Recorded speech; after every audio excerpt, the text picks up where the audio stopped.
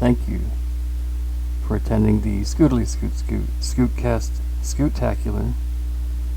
And that is, am I live? It says streaming.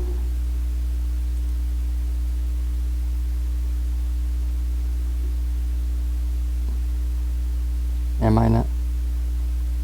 Okay, so we got a bit of a delay. That's okay. Awesome.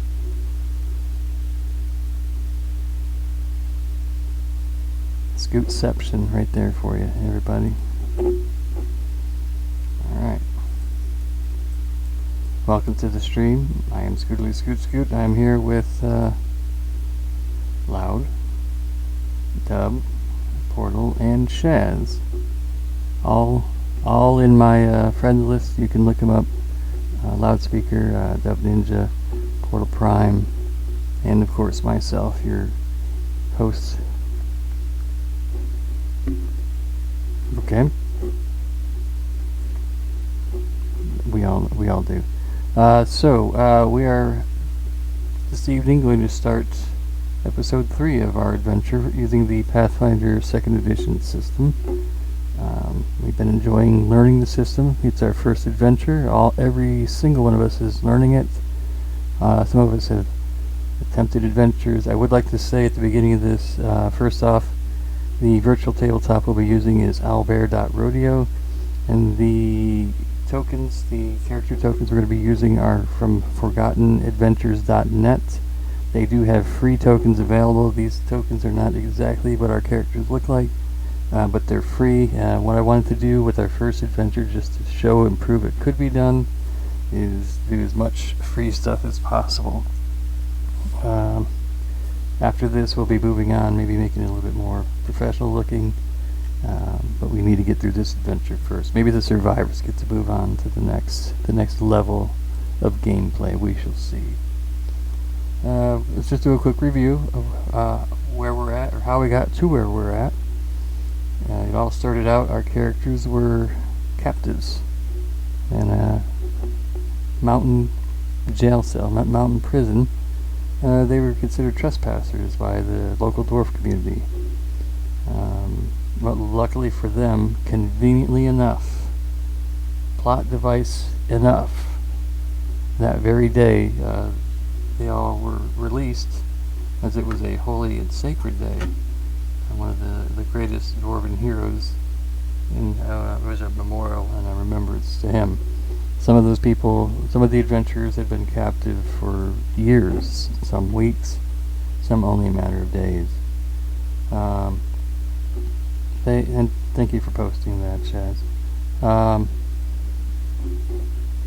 From there, they had the opportunity. They were banished from the mountains, threatened upon death upon their return. To which they saw a fork in the road, which they could have either gone to some place called Certain Doom, or another place called High Hopes. The community of ex-cons decided to visit High Hopes, and with the hopes that maybe they could pursue adventure and perhaps earn a little coin. Upon arriving there, they realized that this was also conveniently enough, the same time that a local halfling community was having their cheese festival. It happens every year, and every year just every race and ethnicity comes to this halfling town just for the cheese festival. And an attempt to obtain information, the mayor, a halfling, to maximize and hide the title bar. Thank you. Well played. The mayor of the halfling, our travelers know that there were two places to find any type of refreshment or merriment. One, originally a halfling tavern, then taken over by a group of banished dwarves, who bought the tavern, kicked every other species out but dwarven men, and renamed it Ye Patriarchy. After finding no information there, they traveled over to the next tavern, which was the Night Butterfly, a magical tavern that appears at the edge of town. Just mysteriously appears at random towns, random places, and this night it decided it wanted to visit the cheese festival. Our group went in, had a little bit of merriment, discovered that there was some coin to be earned in a singing contest, of which Dub Ninja, Xanth, or Xanthi? No. Is it pronounced Xanthi or Xanth? Dub? Is it pronounced Xanthi or Xanth? Xan it is. Had a magnificent, near-perfect roll for a performance about kissing a rose on a grave baby. Very almost perfect chef kiss, and it was a standing ovation. Coins were thrown at him. He wild cheers, and in response, the night butterfly, the image of the butterfly, just glowed this bright blue, just to indicate that it agreed with the winner. Upon searching more, our group had an altercation in the corner where our monk kind of stumbled upon some information, which perhaps our monk will try to decipher. Our monk and our half-orc paladin, who aren't here at the moment, perhaps they stay behind to decipher the information while the rest move on. Our crew went to accept the mission from the request board. They picked one, but before they could set upon that adventure, trying to dispatch the 4 renegade turtles and their were-rat master, huge reward, they were approached by another group, asked to, if they would be willing to perhaps take another adventure. There were 2 WerePossums who, for most of their life, they were just very faithful and diligent in their praying, and their prayers manifest a blessing seed, which can only be cracked or opened using a celestial forge. They tried very hard, and throughout their life, they were either stolen or promises of completion of opening the seed. They didn't want the blessing itself. They just wanted to know that their blessing had manifested, just that someone was able to receive that. They're just very pious and faithful were-rats. Our group has accepted Tingletoes, the Tingletoe, just one toe tingles portal.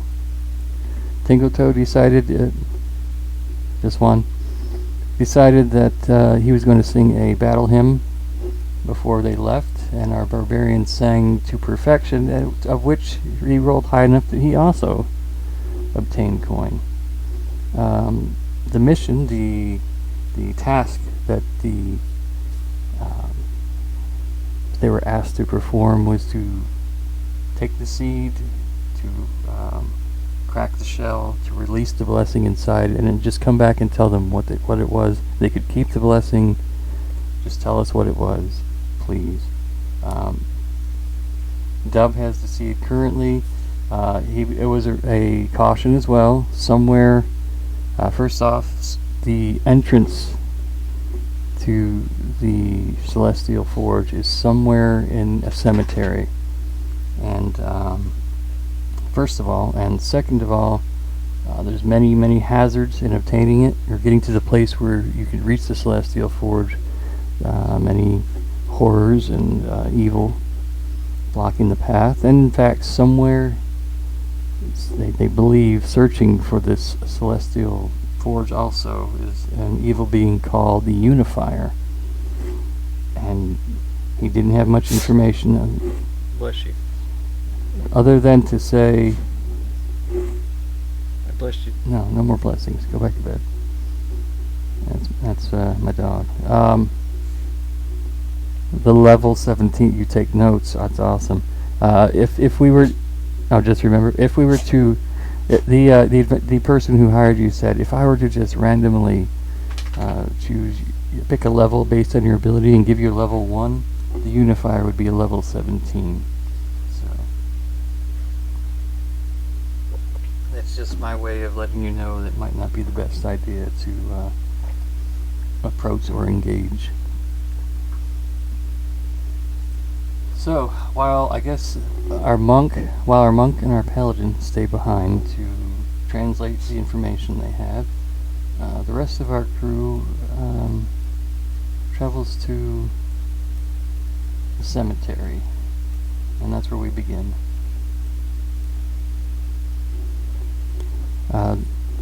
Osric had said that the cemetery was up on a hill, and the hill he spoke of was nothing more really than a mound. And when you think of dwarves and their burial sites,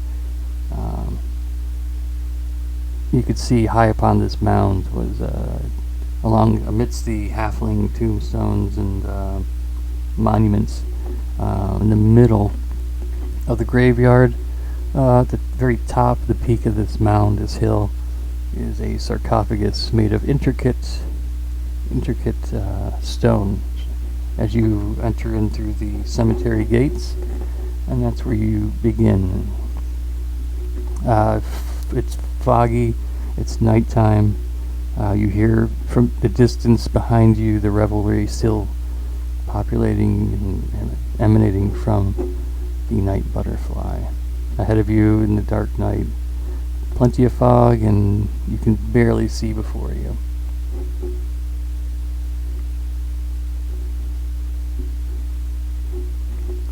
Not from where you're at.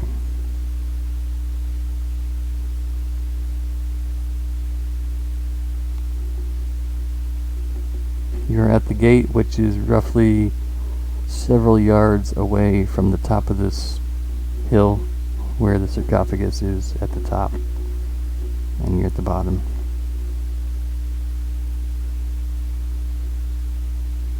The gate is open. You are inside the cemetery, yes.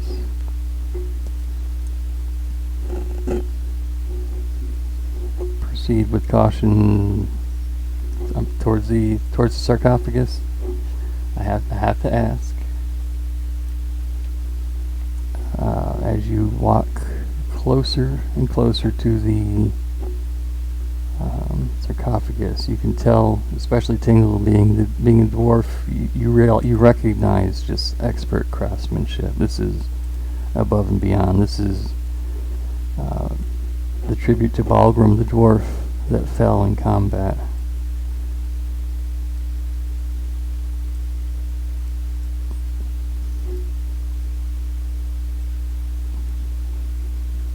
But you recognize it as just a holy place to dwarves,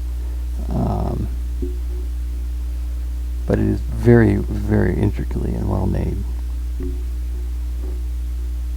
Did any of you wish to get a close examination of the sarcophagus? Would you all like to walk up?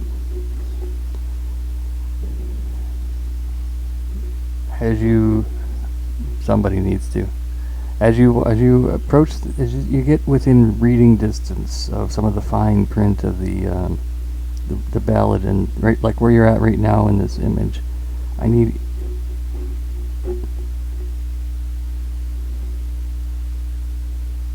Yeah, we.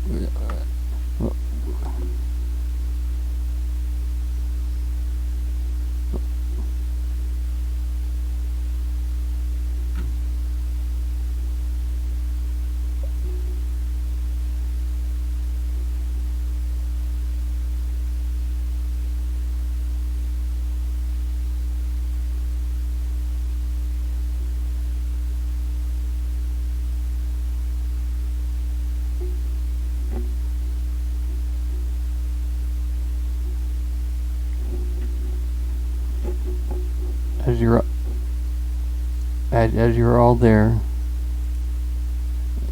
as you're all there, I need you now to all make a wisdom saving throw, please. Just a wisdom saving throw. Wisdom. D20.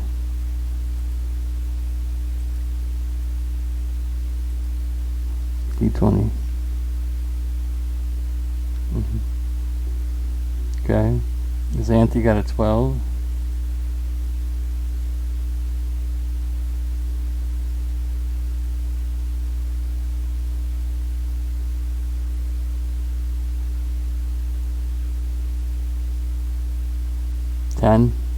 And then if you add your wisdom modifier.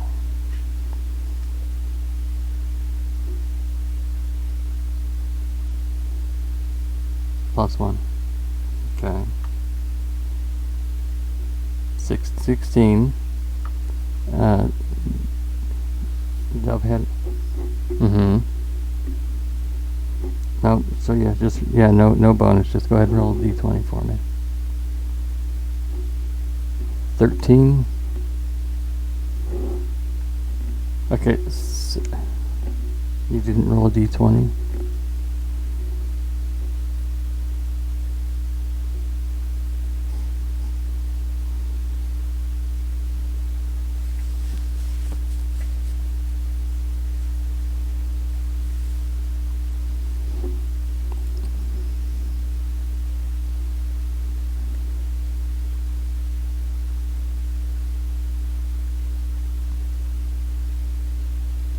Okay.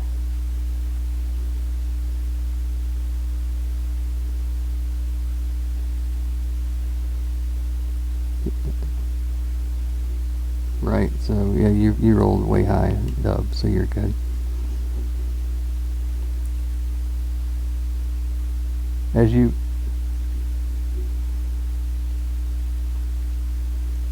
Loud and Shaz, as you kind of step up to look over the shoulders and try to read, you notice, you just sense and feel your head starting to hurt, and the headache, this migraine, just is so intense.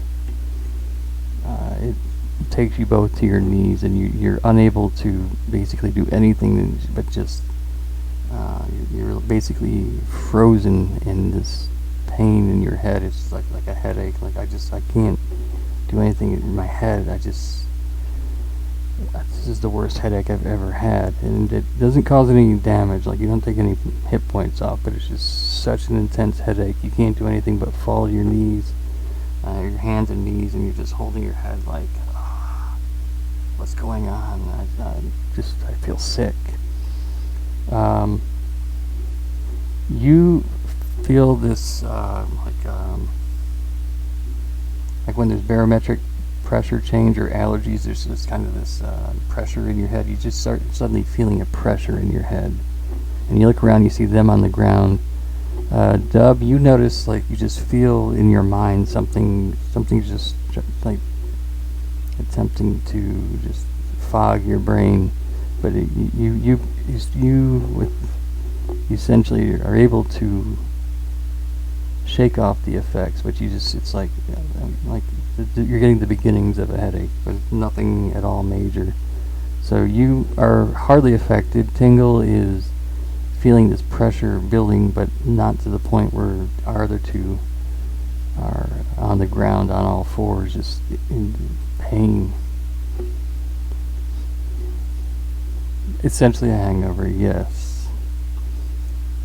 I need the two of you who are not affected to roll a d20 for a perception check for me, please.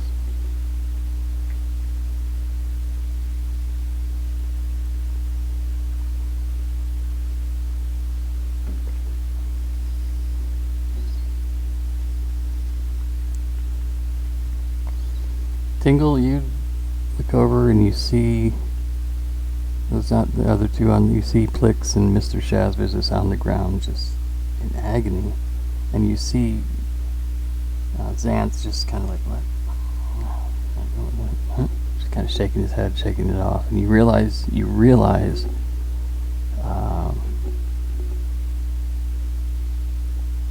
your headache is not natural. Something's causing it, and you are all of a sudden aware that you sense another presence headed towards you.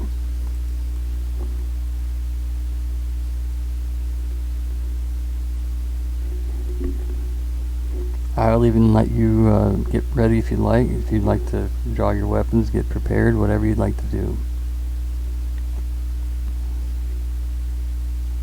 And looking angry is a major part of it all, yes. You two are not able to do anything. You are essentially incapacitated right at the moment.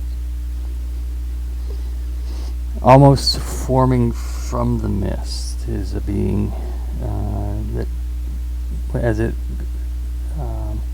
comes together, as it becomes a corporeal form into like a solid being, you notice a humanoid figure. But as he's just kind of coming together,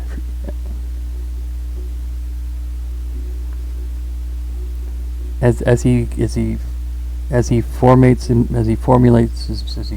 his body into the being that he is, you hear him say, "No need to be so tense and defensive," the monotonous voice says, and it's right behind you. You jump back, but you're prepared, and you notice he's well dressed, and he just has this facial expression like when you eat a meal and you don't like the meal, and you're just kind of like, maybe something like that, or you realize it's more of a bored expression, and you realize he's not holding any weapons. And Bortle, with that nat 20, you realize you get the feeling he's going to try to speak to you rather than try to fight you. He doesn't seem to be exhibiting any aggressive tendencies.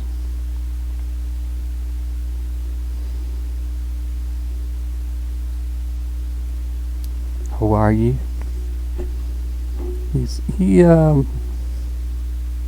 He looks down at you and just kind of smiles and says, "How interesting."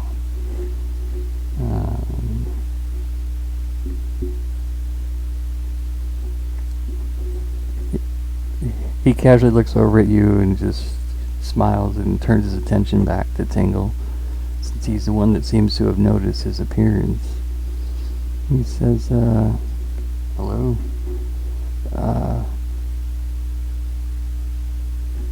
I know what you have. And in the 900 years that I've been alive, 700 of them just guarding this pathetic monument to a dead dwarf, I've been guarding this entranceway, and I know what you have and why you're here. It's very dangerous. Quite dangerous. I've been waiting out here as others have gone in, none of which seem to have reached their destination, none of which seem to have returned. Not a single one.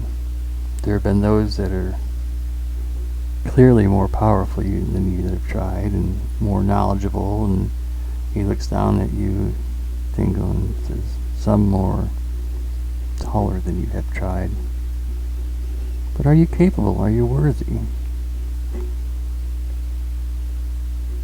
Yes, you're both on the ground. And the closer he walks to you, the more intense your headache gets. He's just kind of pacing around, looking at each of you. He's showing no signs of aggression at all.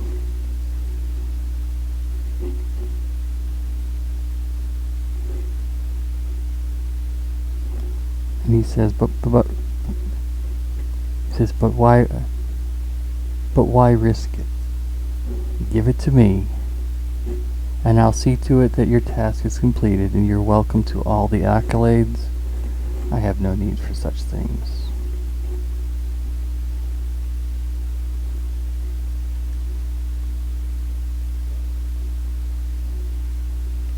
He's not. He has his back to you. If you try, do a roll me a d20. This would take some sort of fortitude check, some sort of strength check. Actually, it's in the. It would be willpower, either willpower or intelligence.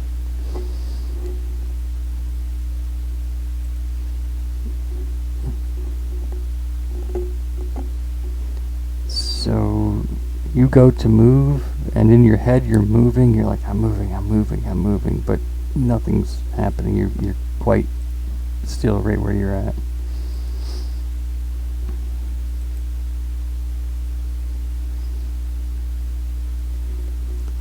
He smiles at you and says, well,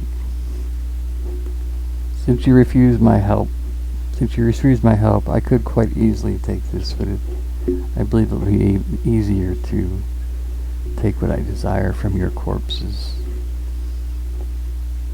He says, tell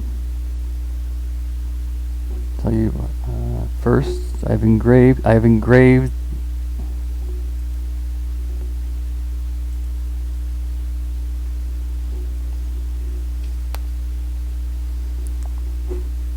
then if you wish to give it to me, I will gladly complete your mission for you. And he holds out.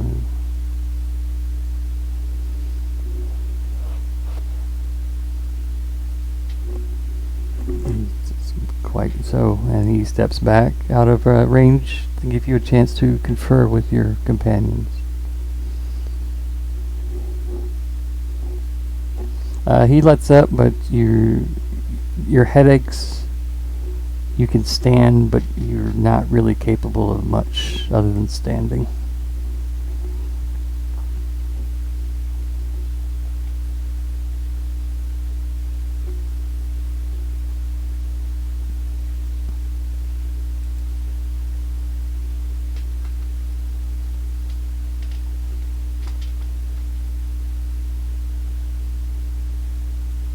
He is very nicely dressed. It's very nicely dressed, almost like a noble.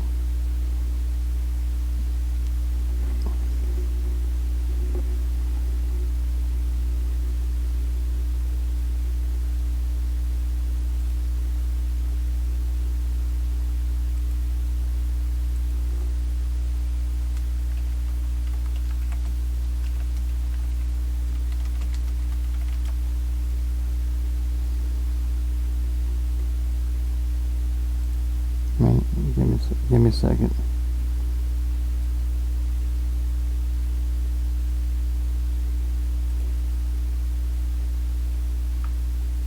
You go ahead and do that while I look up fortune telling.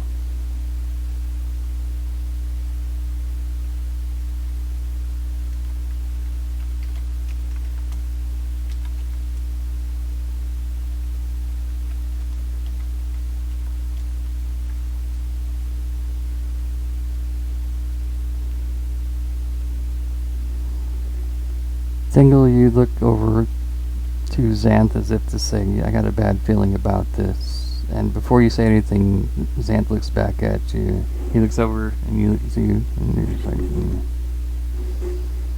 nah. There's nothing.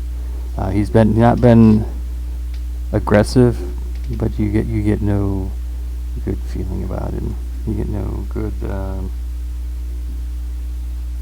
his motivations.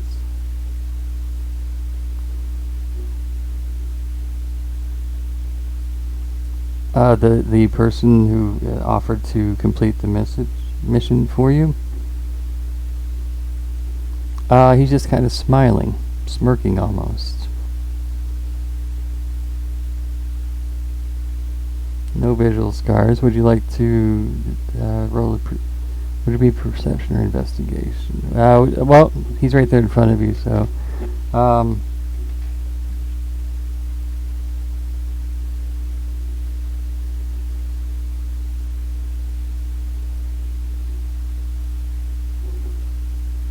he's very well dressed. He's tasked with guarding, and he's very like he doesn't get out in the sun much. He seems very pale. He has white old person hair pulled back in a ponytail. He's got he's very finely dressed. He's got a coat with tails. He's got the long sleeve coat, and out of his sleeve comes the like when you see like just dress coats, and underneath you see like the shirts with like the frill that pops out. He's got like this frilly shirt coming out of the sleeves.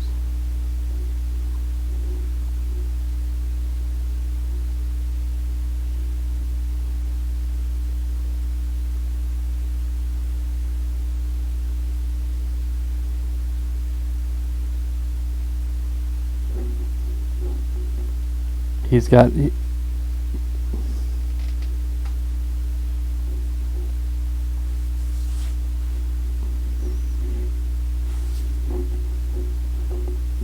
let's see.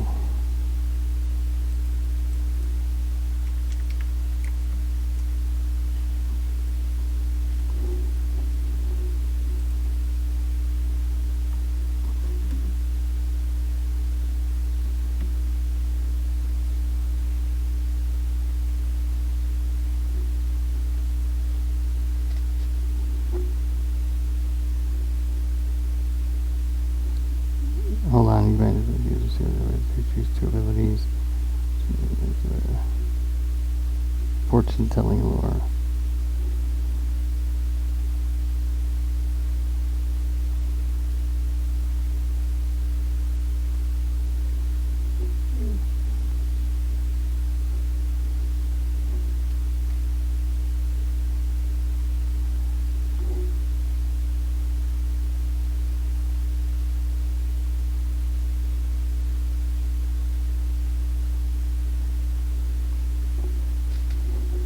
As far as the fortune telling goes, it does not look like the fortune telling would be able to help you here. That's lore, not fortune telling.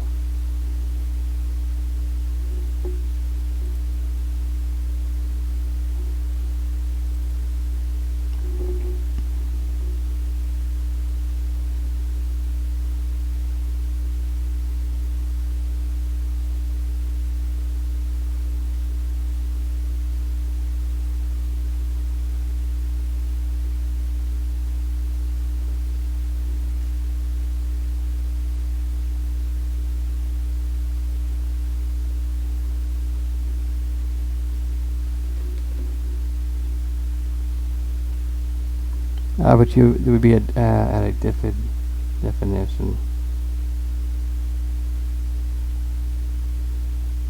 Hold on. Tell you what, give me just a second. I'll be right back.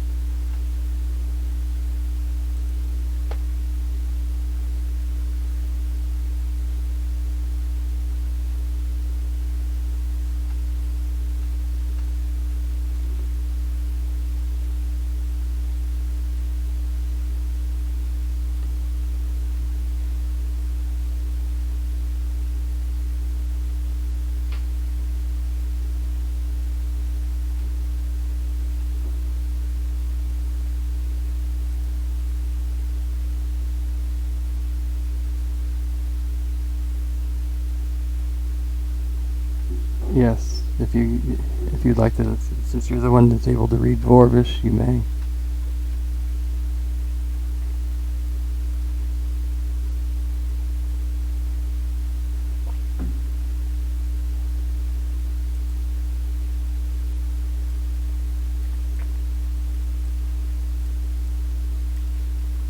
And Dwarven runes.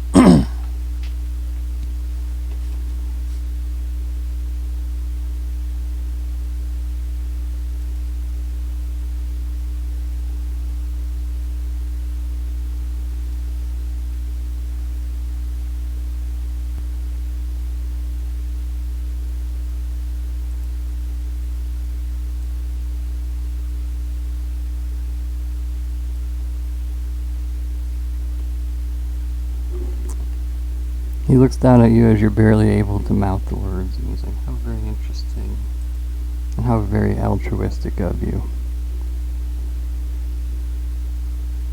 He says, "I'm going to tell you what, since I know who you are and where you'll be, and then I'll be able to get what I want eventually.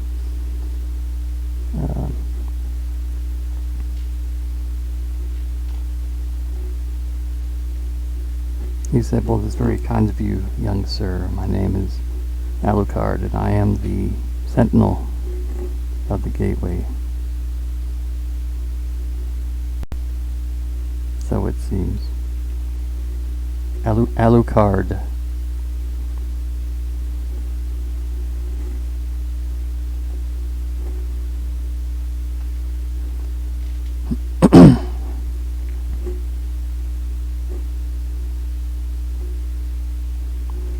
He says, I'll tell you this. Two days prior to your arrival, someone else has gone into the abyss to find the Celestial Forge. But also, and more importantly, should you make it this far, and I doubt you will, 3 levels down, highly unlikely. I tell you this, and this is as serious and as dire a warning as I can give you. Do not insult Zalthugurogred.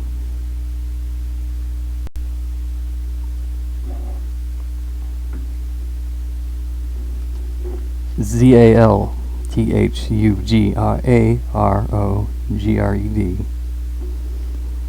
You feel the air around you get colder. The fog rolls in a bit heavier, and he just dissipates into the fog. He just seems to become part of the fog.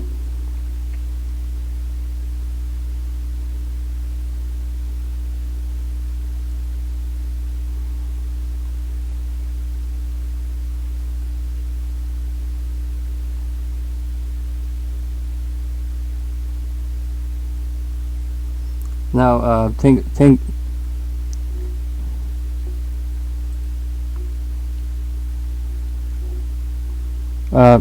do you actually tell the other people what it says? As in out loud? As you say that everyone, it says left, but as you say it in the Dwarvish, the sarcophagus glows bright white as the letters, and the stone moves.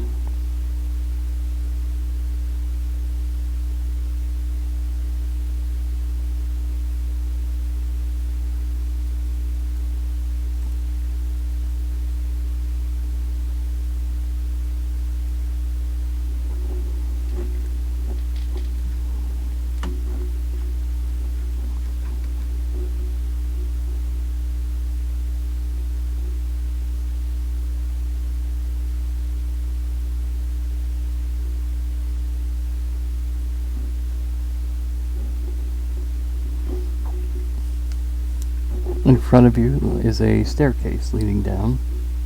You can't see the bottom of the stairs, but you notice it starts out like a bright, kind of almost a opal carved, and it just goes deeper, and as it goes down and further, just gets dark.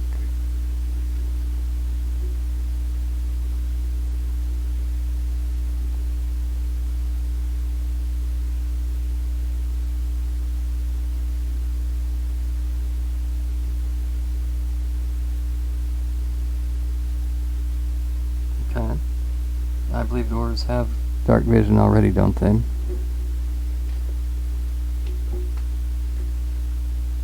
Okay.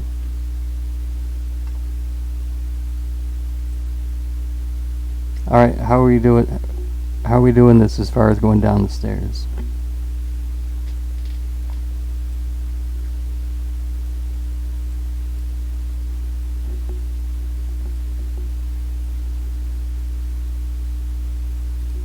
Who's next?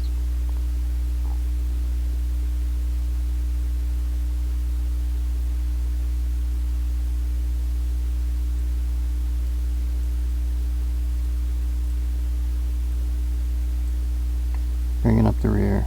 He's watching your 6. All right.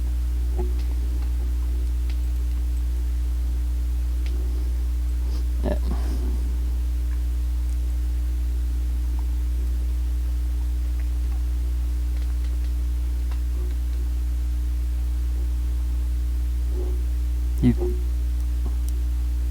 Please do.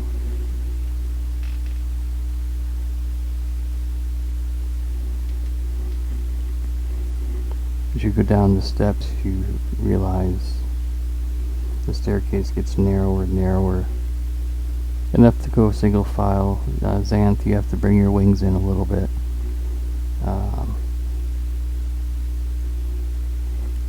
It's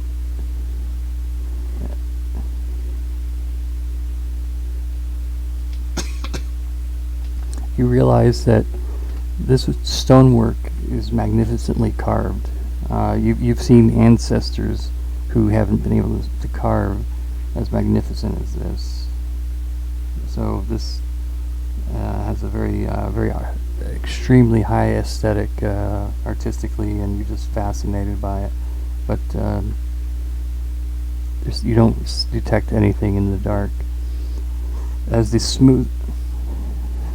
the walls gets kind of enough to where you can still stand up, but you just have to go single file. You see a door before you with a stone archway. And in front of it, the skulls of various creatures. Doorknob, oversized doorknob, above it an arrow which points in either direction.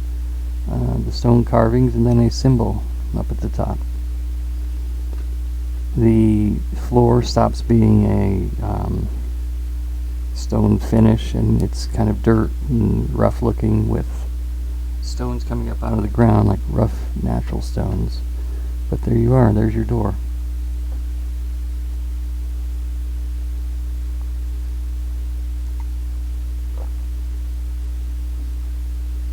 Mm-hmm.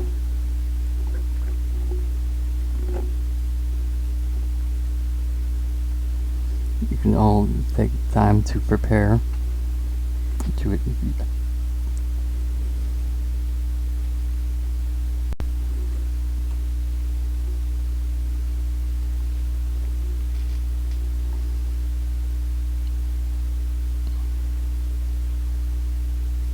So it's imaginary. Mm-hmm. Mm-hmm. All right.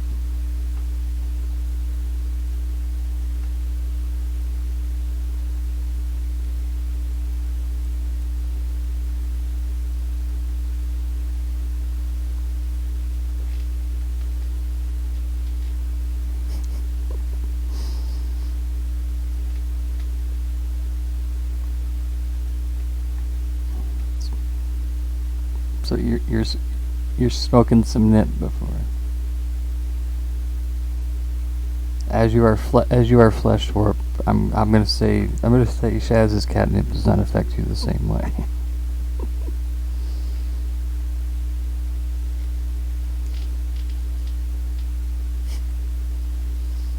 He's trying to do the whole Clint Eastwood with the gunslinger.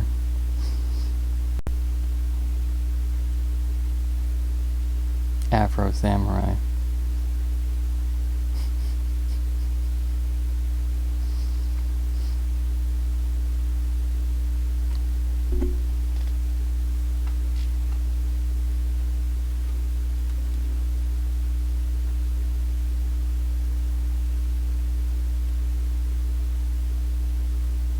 Okay.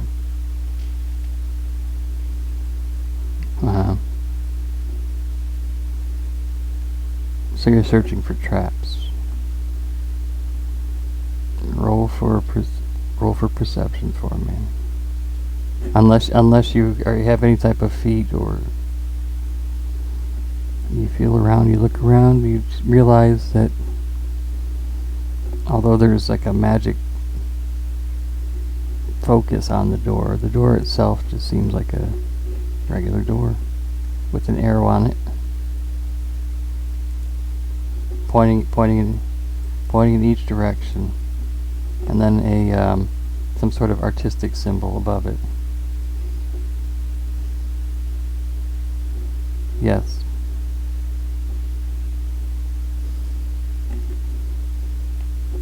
It's a stone, and it makes a circular motion. That's all it does. So you're going to touch the doorknob. You're going to turn the door. You're going to touch the doorknob with your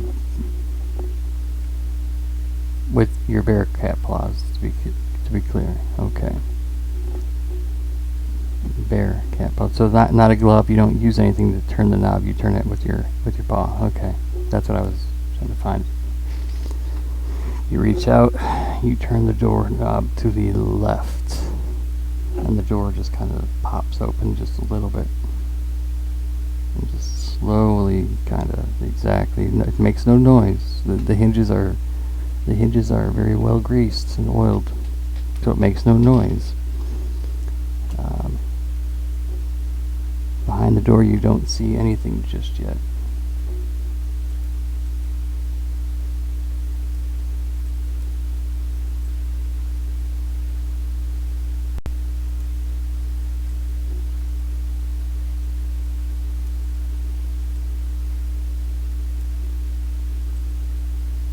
Away from you.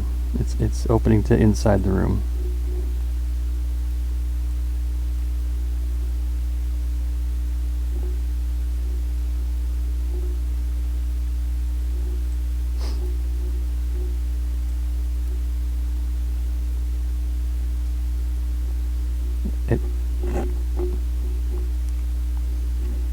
Inside, you see a very dimly lit hallway.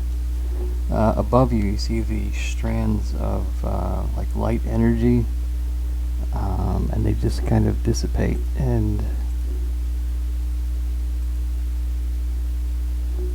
as it dissipates, you see that ahead of you and to your right is a giant metallic spider. The thing is huge. It was easily the size of an elephant, or if you're a Lord of the Ring fan, an oliphant. But when the light's threads, they say, dissipate, the mechanical beast just kind of seems to power down. It appears, without giving away too much, that turning that doorknob to the left, it did in fact deactivate the monstrosity.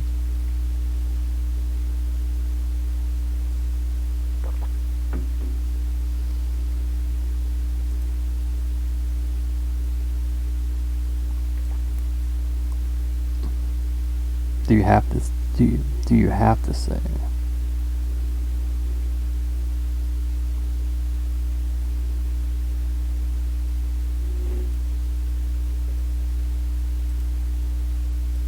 So now you're a Jamaican dwarf.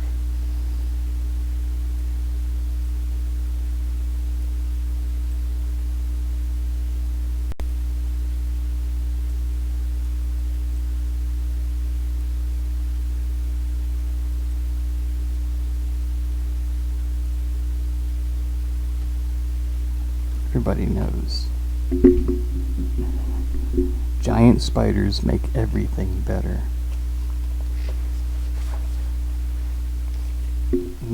Pirates make everything better. Pirates make everything better.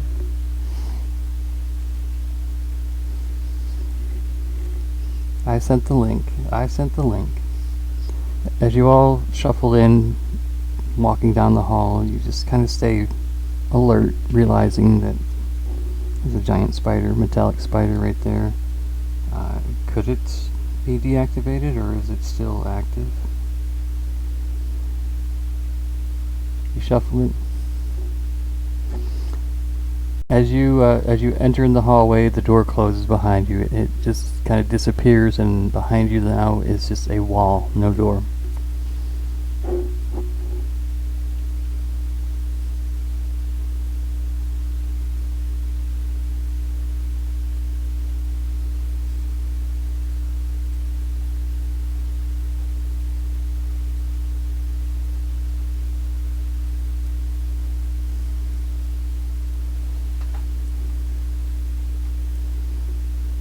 You see a long hallway. The walls, the ceiling, the floor, unkept, ancient, not carved by dwarven hands, but it is very impressive craftsmanship, stonework.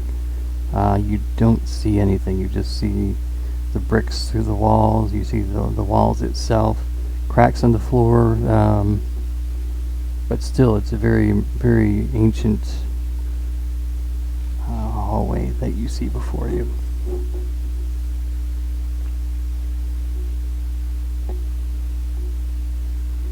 You don't detect or sense any traps. You just think you've got a long walk ahead of you.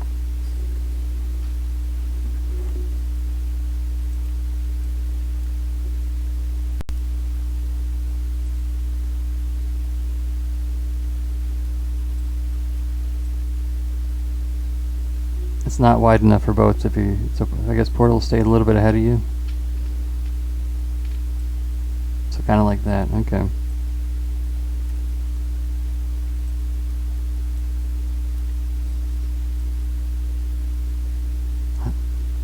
Alright, tell me when to stop. 60 feet.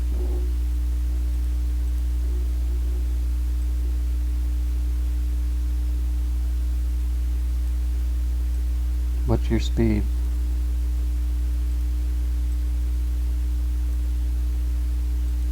25? You can go 25 feet.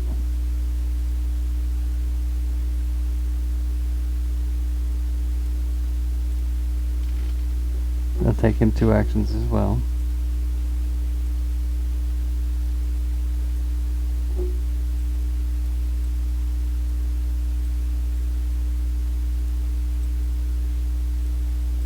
You're all moving forward though, little by little?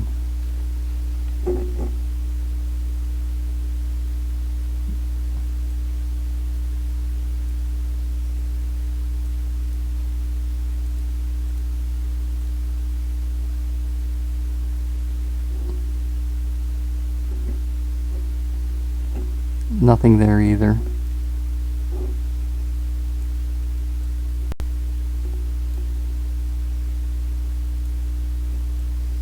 You made it about halfway down the hallway.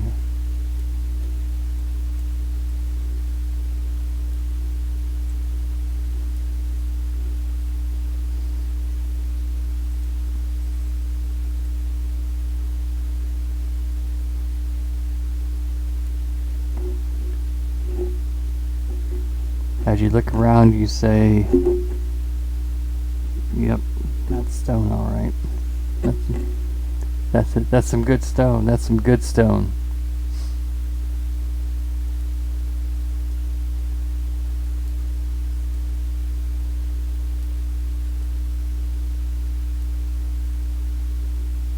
You just keep going down the hallway.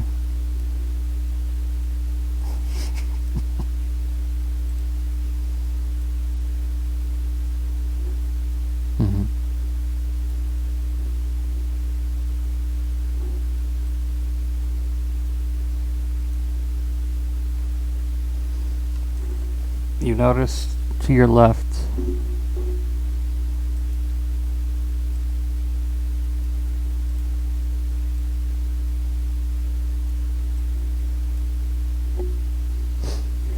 Dingle, you notice the smooth area of the wall where the bricks are at, you notice a smooth, almost sphere. Actually, it is a sphere. You reach out to touch it just to see what's going on here, and it seems just very, you just kind of touch it, and kind of brush it to see if there might be any writing on it. And as you move it, you realize it moves very, very easily. But it's like a sphere in place. It moves around.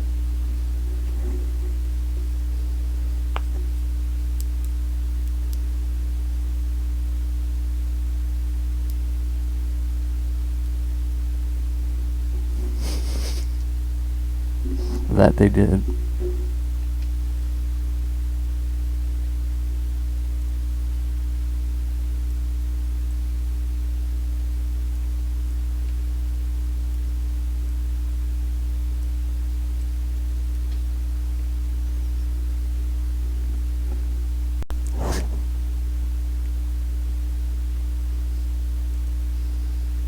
No takesy backsies. You go to persuade him and like this to touch him on the shoulder and say, "Look, would you please?" And you just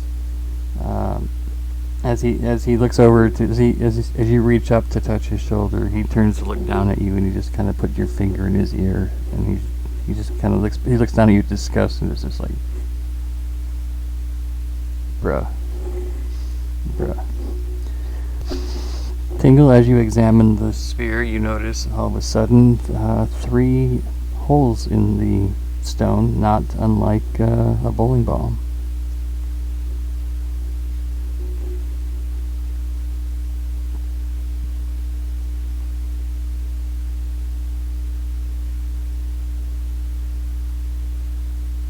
Three finger size holes in the sphere.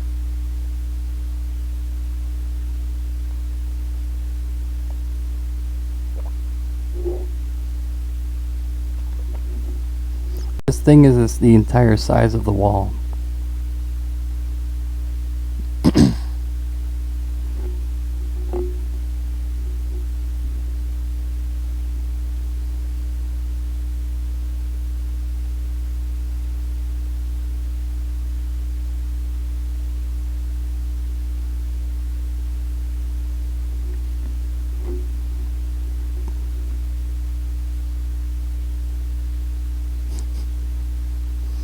Looks like you just kind of spin it around and just came from like the top.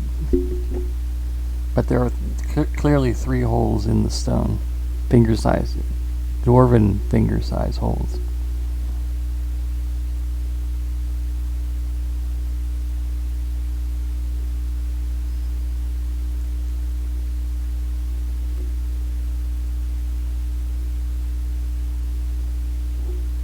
Tingle, what do you think? What are you thinking, Tingle?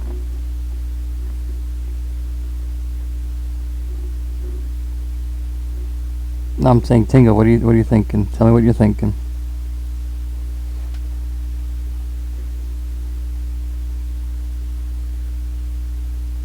You put your fingers in, and you realize it's just like mechanical gadgets or some sort of mechanic working in there as you push in, and you realize once you stick your fingers in, you can only move left to right.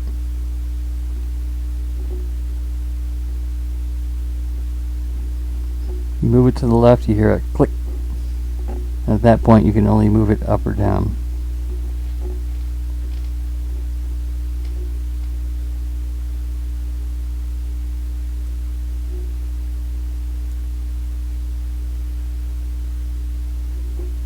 As you move it up,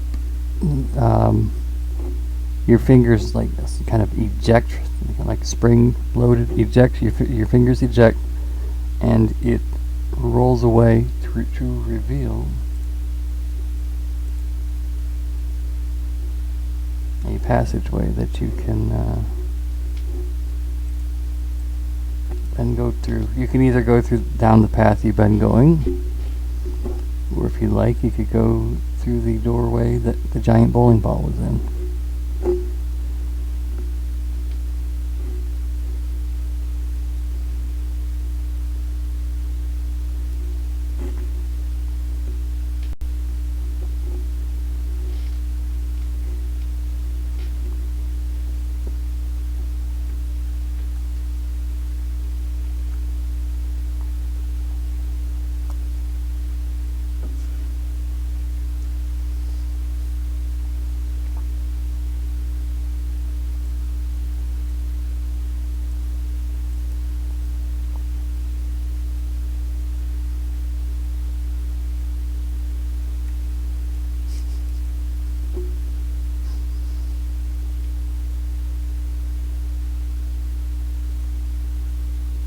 Oh, and you leap about, and you kind of, I don't know what do cats do? They prance or whatever, and you make it to the back of the line. You're like, ain't nobody, ain't no how.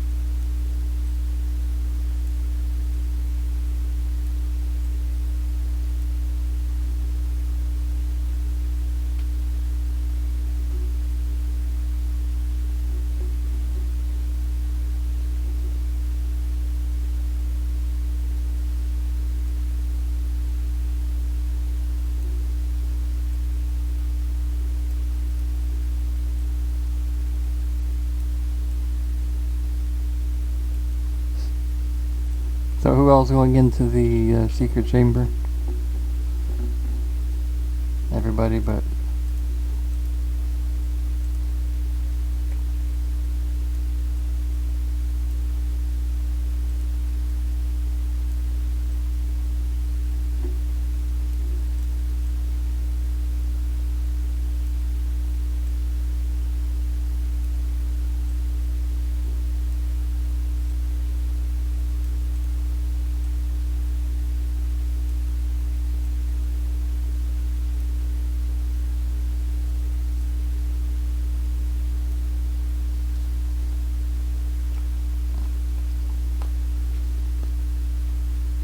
Could you give me an example, please?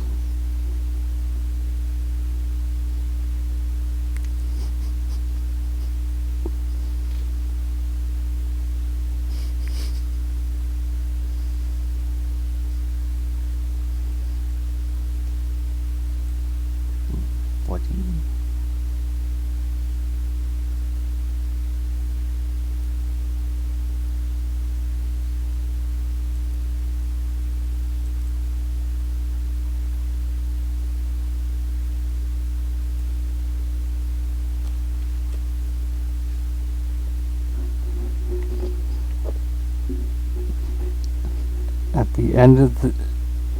At the very edge of your perception, Tingle, you notice a table with a box on top.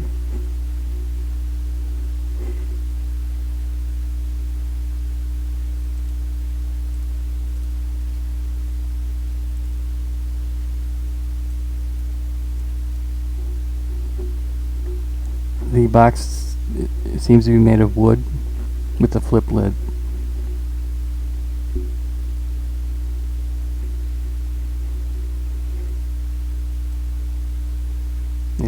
It is Alucard's head, or his wife's dead head. I'm just kidding.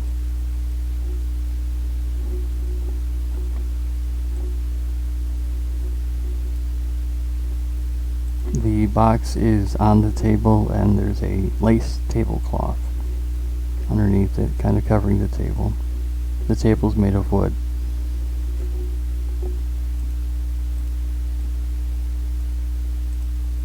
Give me a roll.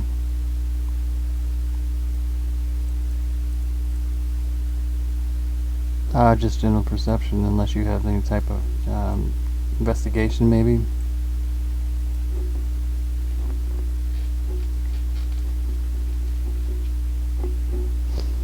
You don't notice any traps, but the way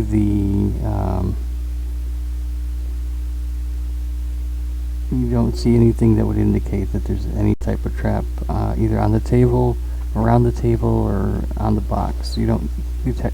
There's nothing on the exterior that would make you think there's any type of trap with the box. Okay. There's no lock on it. It just has a flip lid.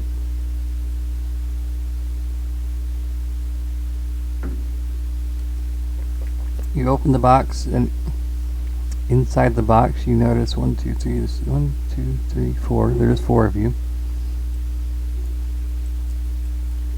4 vials. Where'd it go? I have only 3 here, but pretend there's 4. 4 vials. On it, with a little string attached to it, is a symbol of a heart.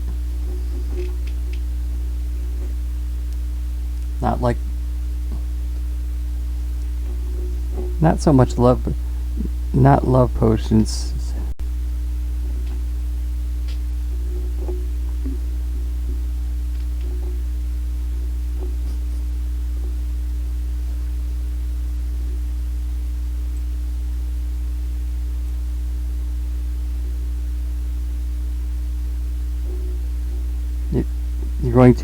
You're going to drink what is obvious. Okay, I just want to make sure. You're going to drink the potion which is obviously a health potion, as you don't have any health issues. You have 0 health issues, but you'd like to drink one. Of the 4 potions, you want to drink yours right now. There's 4 of you.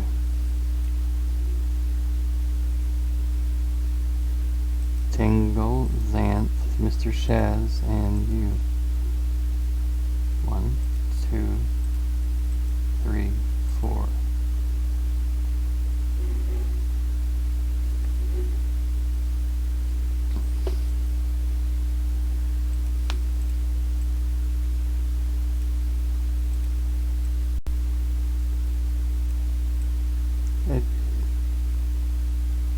All right.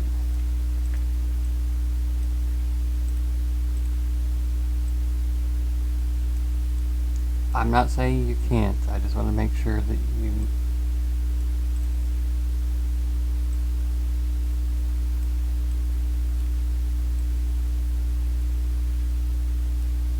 But you see, this is your character. You can do whatever you want. This is your character. You do what you want. Don't fall for the peer pressure.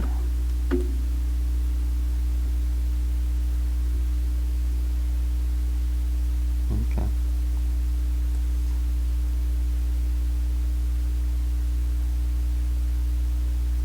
As you open the box to pull the potions out to store them, as soon as you do that, a false door opens up here. I picked the wrong one, so here. And you realize that on the other side of the wall is that very path you were on, and ahead of you, you notice... Go ahead. Yes, when he opened up the box, when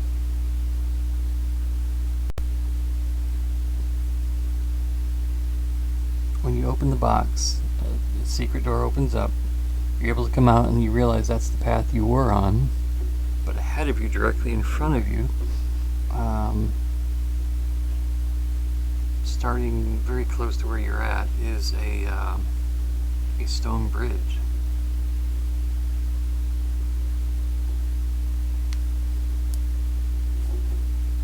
As far as you can see, you just see a very long bridge. It extends farther than you can see. But right where you're at the start of the bridge, there's this cavern which is impossibly large. You only went down a flight of stairs, but the cavern itself is almost like several story buildings, both up and down, and it's as far away from you, the edges of this. There's like a pit that surrounds this first area of the bridge, and you can see just as far as away as possible. The cavern walls have like caves all up and down them, but it's just, there's no way you could jump or get to the caves without some extensive maybe rope work, or you might not even be able to throw it. It's farther than you'd be able to throw a rope anyway. You could probably climb out the bridge and kind of maybe traverse the walls if you wanted to, but this is extremely perilous. You'd most likely not be able to catch your grip, and you would certainly fall to your doom.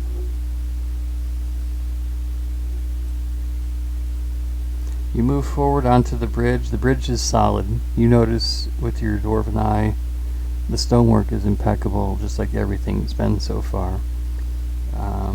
The stone bridge is solid. You don't sense any magical, not that you have detect magic, but there's nothing glowing like whatever the Pathfinder equivalent to LED lights are, or anything like that. How closely do you want to inspect this bridge?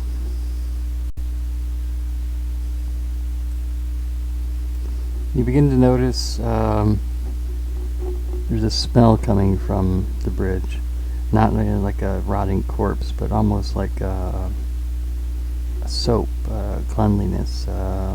Maybe like something like I don't know if there's bleach involved, but just like almost like a chemical cleaning smell to the bridge.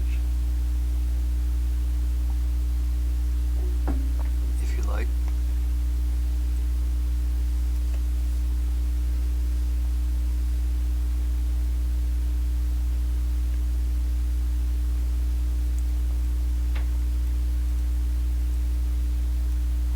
He was on the bridge, and he came back.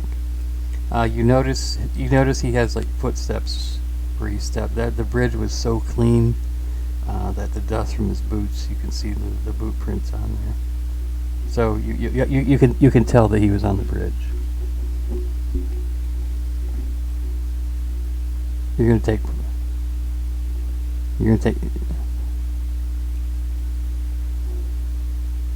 Oh, okay.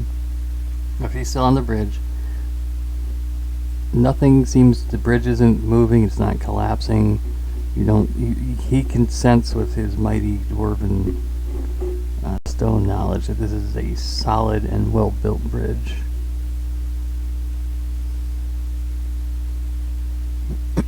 Do what? You and Chaz are doing what?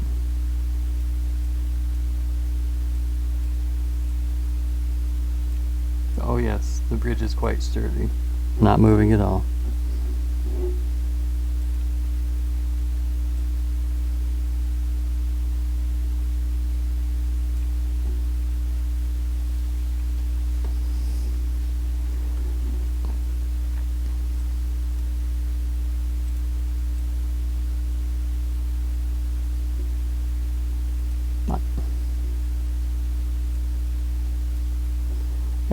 As you're walking, as you're all almost to where the middle of this pit is at,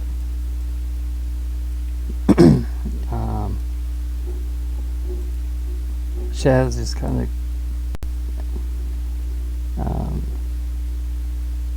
stumbles just a little bit, and his weapon kind of like knocks against the rock. But the echo is just immense. And you're like, wow. You remember the scene from Lord of the Rings when he knocks the helmet into the well and he's like, you fool.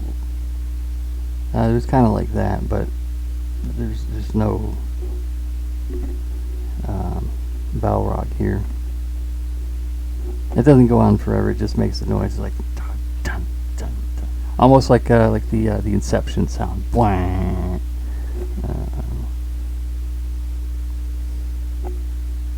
I'm sorry, you're doing what? And in that 20, you suddenly realize you're looking at him, like you look back, like you dingbat, and as you're turning back around to make sure nothing's coming at you at the front, way off into the distance where the walls are at and these caves are at, you hear, I mean, it's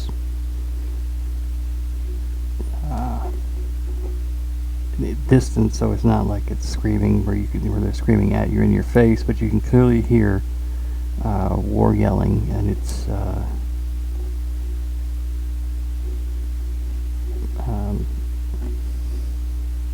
you've heard it before, but I think to be fair, I think our cat folk speaking creature speak, would probably be able to decipher what this noise is a little bit clearer as more and more pop out of the caves.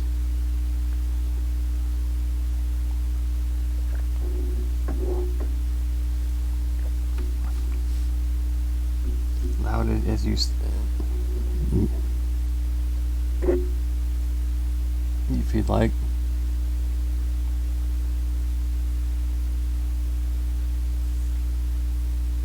Now the catfolk language is like a creature speak.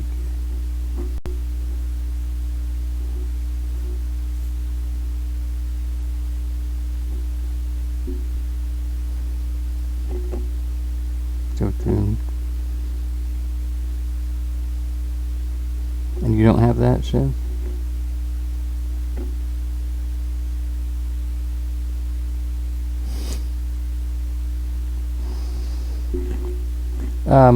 Loud, you hear the very distinct war chanting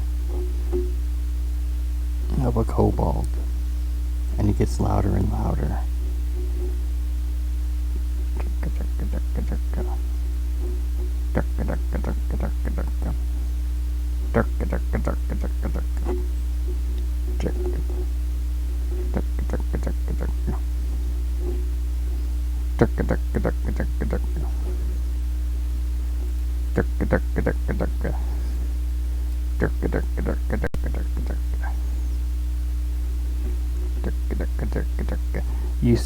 As you move forward, Tingle, you move forward just slightly, and right where you're at, this arrow just kind of whiffs by you. It doesn't hit you, doesn't seem very dangerous. It's moving not at a high velocity, since the weapons they're using are crude, but they're at least trying to take shots at you. And all of you hear it now, the chanting of the angry kobolds.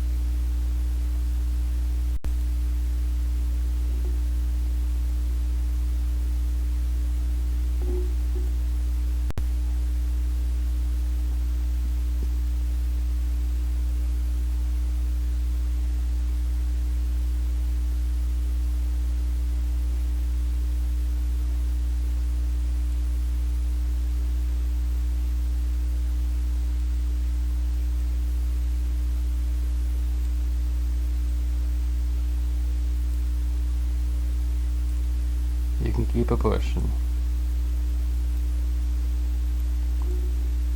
I need each of you to make a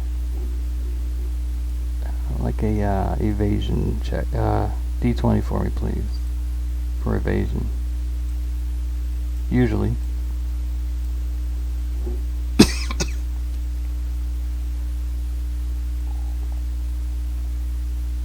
This is just for the story.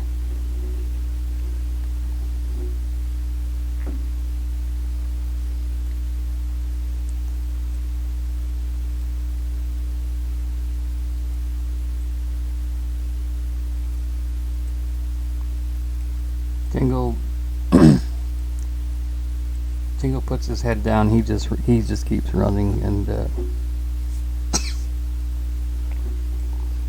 he just puts his head down. He just run. You've never seen a little short guy jumping up on the wall, using your claws, doing the same thing you did back, showing off at the inn. You very quickly get to the point where you are outside the range of their arrows, and their chanting gets more and more distant, and yep, correct. Let's see. They did seem to be very eager to be in war. Tingle, in front of you, you see movement.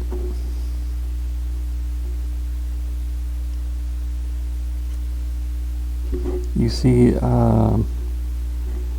you see, I guess, some hind legs, and a horse's tail just kind of swishing back and forth, and it's just kind of bopping up and down, almost like it's dancing.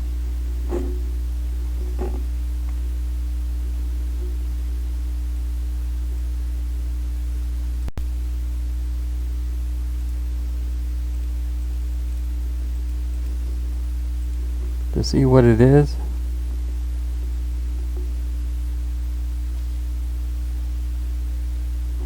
yes, give me a second.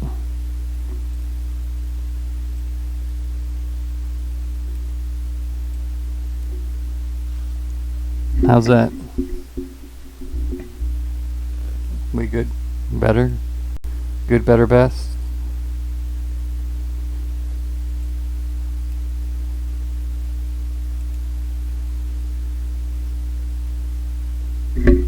It's you see a horse tail and the hindquarters of a horse just kind of bopping up and down. So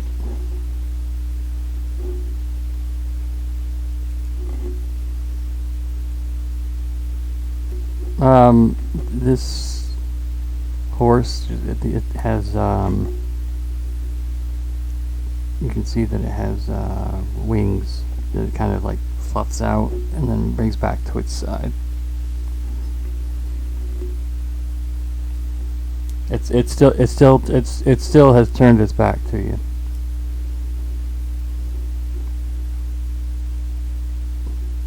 Would you like to keep going? As you get to the point, you get a better look at it. It stops its dancing movement as if it hears you, and turns around, and looking at you is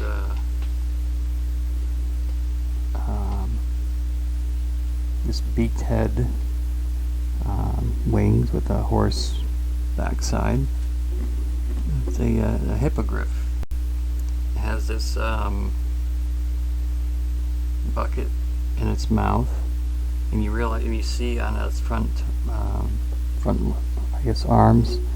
It was been scrubbing each individual brick on this bridge, and it looks startled at you, like surprised, and at first does nothing, but all of a sudden just kind of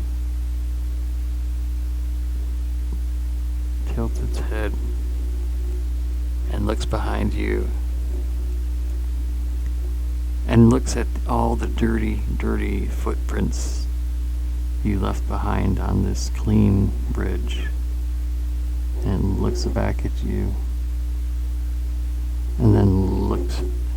and then looks back at the bridge, and it just kind of, its beak drops, and it's just, and it gets angry and takes an aggressive stance. There's no way this thing is going to let you pass.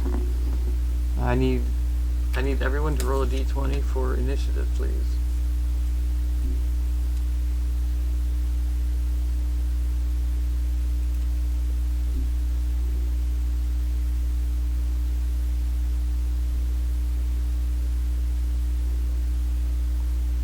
Zant, you rolled a what, 19? Single, you rolled a 4?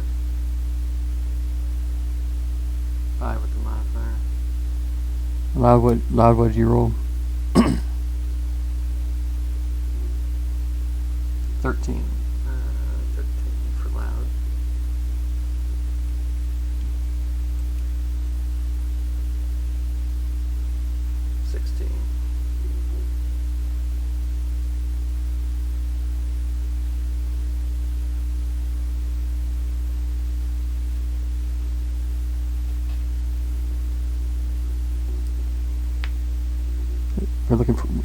We're looking for initiative though.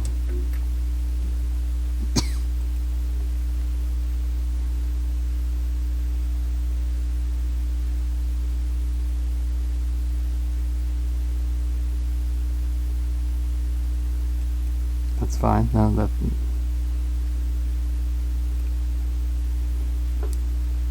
that means there's no modifier for it. That's okay.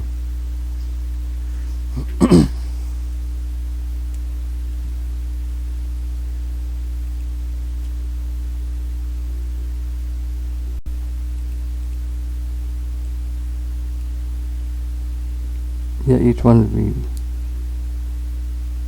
No.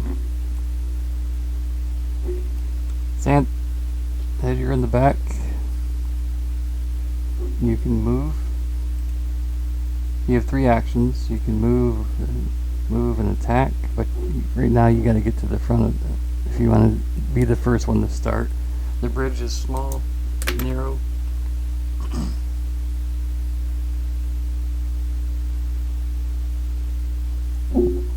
What does your flight ability do? You have wings, right?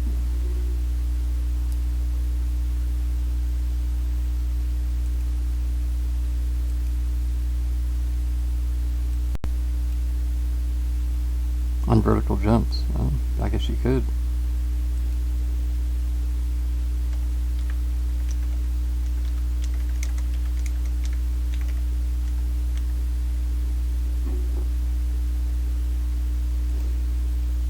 You need to wait your turn. You said you were readying everything up before you got on the bridge, so you're already ready.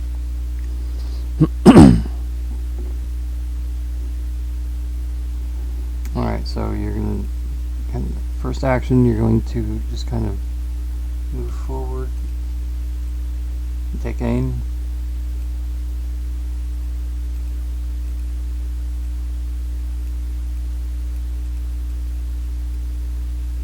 Alright, what are you attacking with? Long air repeater.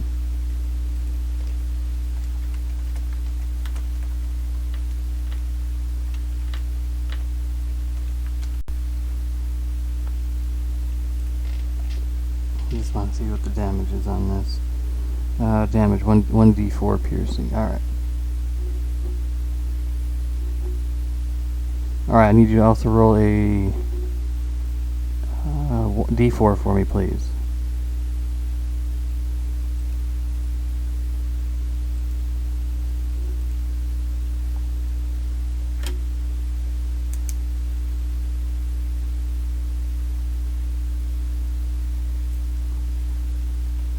For the repeater, air repeater. This is thin-barreled firearm.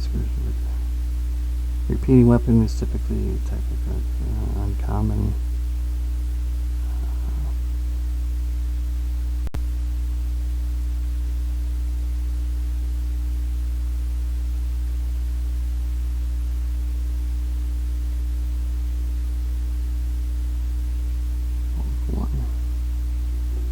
Damage 1d4.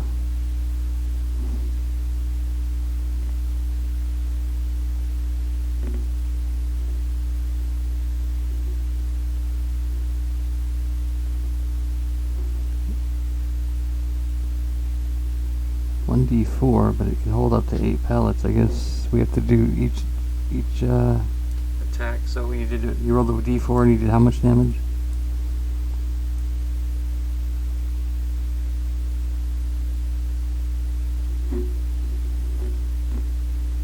We'll have to roll for each one. The second attack will be with a -5. So give me a d4 first.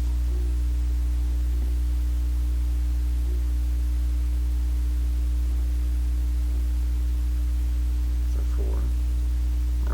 Now roll the d20 again for me.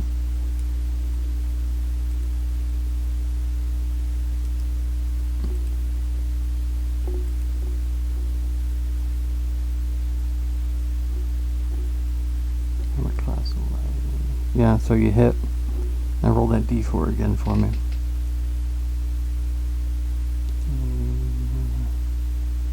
Okay, so 5 total.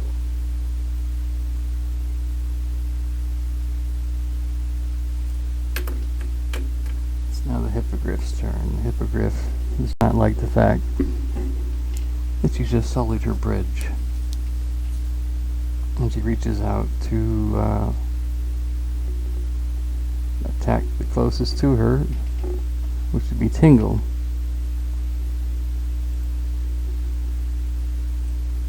And she starts off first with her beak. I'm guessing 9's not enough to hit. Didn't think so. And then it reaches to slash out with its claws. 14, probably not even close there either. It goes after you, but you almost taunt it to the fact, you know how like when someone's trying to, like your kids, or like when you're younger, the smaller kid try to come up and hit you, you just kind of put your hand out and like they're swinging at you and they keep missing.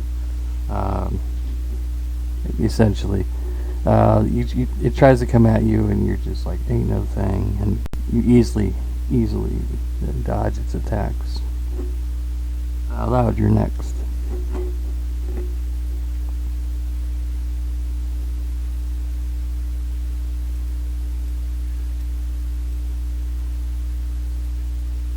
You would have to get in front of Xanth if you wanted to make any type of like attack with a sword or something like that.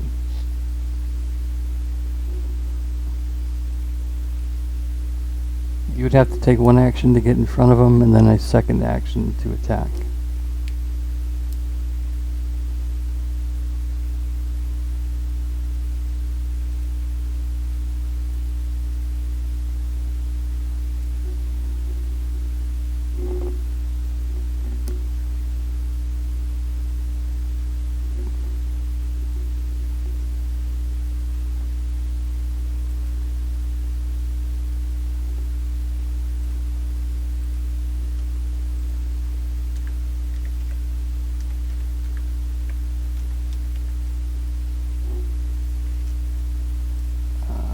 Acrobatics, level 1. Improve your maneuver in flight. That's aerobatics. Acrobatics. Core rulebook. Page 240. Core rulebook. Let's take a look.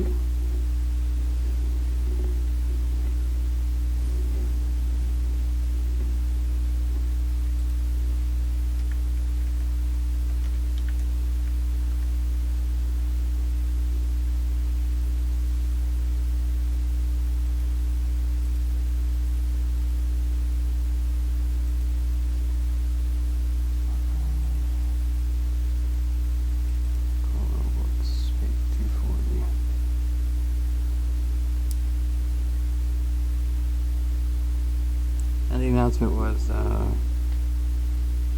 was going to make it the beginning.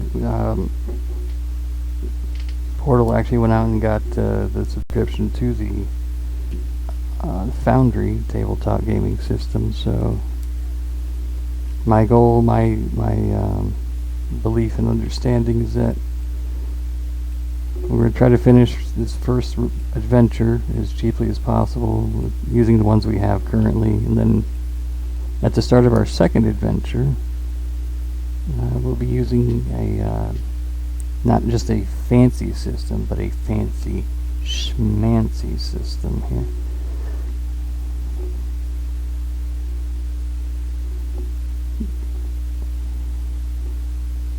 You are flat-footed when a narrow surface meets the ground. Critical success. Success. So you need to roll. No, critical success. Move up to your speed. Success. Move up to your speed. Treating it as difficult terrain. That's balance. Never mind. Acrobats.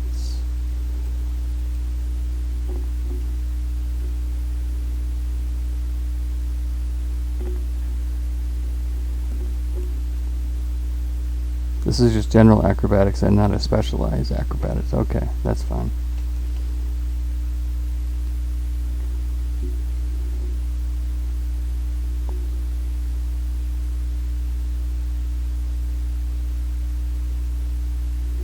I mean, I suppose you could, but I don't see that it gives you any benefit. Squeeze.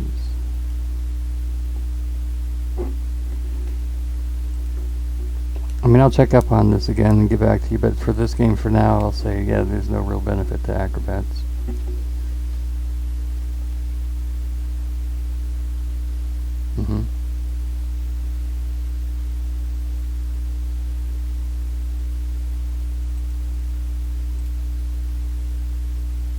I think you're right.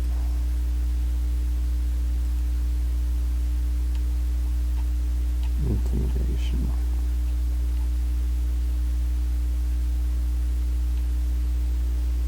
You run to the front to intimidate.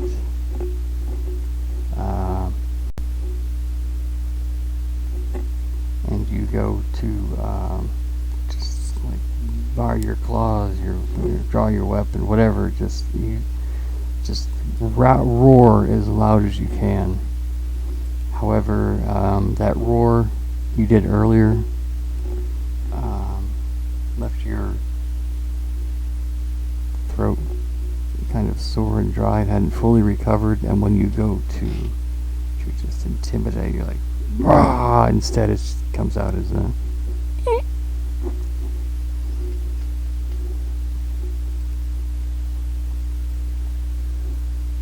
So there's your first action. What would you like to do for your what would you like to do for your second action?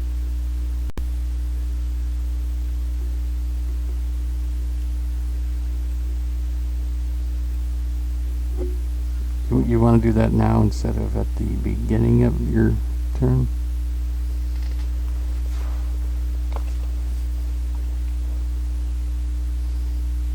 Do you have a weapon? Now you did have it drawn. You do have it drawn because you did say you wanted to be prepared.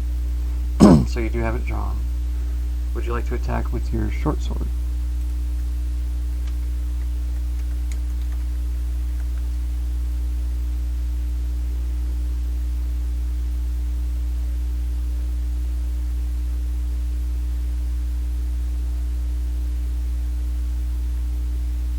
Okay.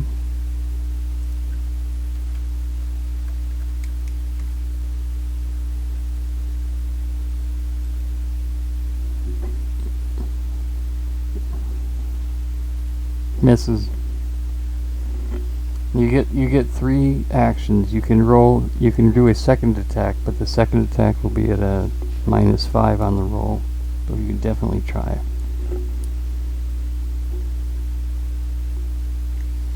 If you go to attack again using the short sword, it's going to be with a -5 penalty. But you can absolutely roll with an attempt to. Yes, we can at least try, right? This would be your third action, and like I said, because it's your second attack, it will be with a -1. I'm sorry, -5, correct.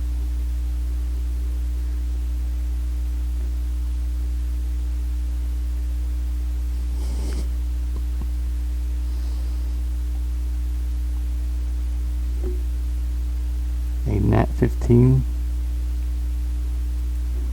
Alright. That hits. I need you to roll a d6, please. Yes, please.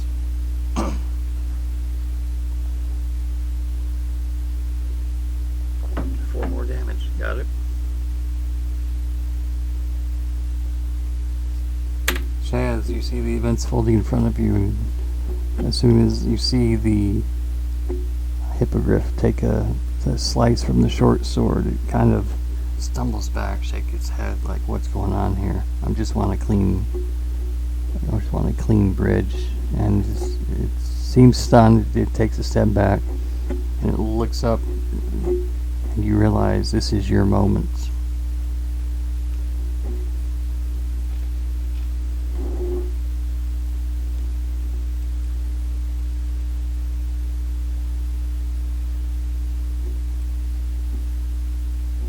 Your first action diplomacy is met with a snarl and a hiss.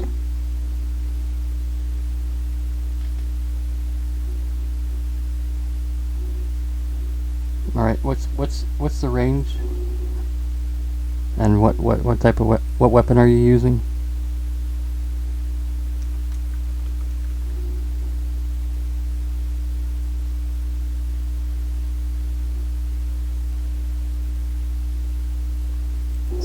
Feet.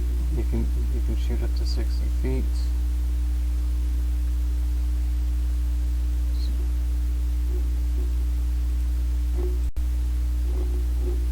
That's weird. Hang on.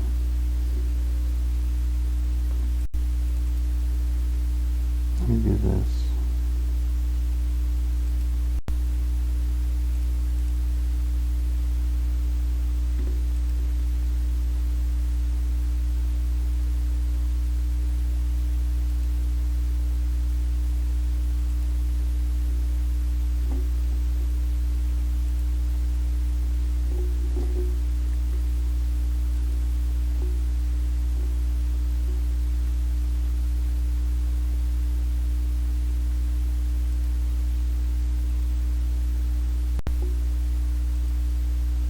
How about now? Really?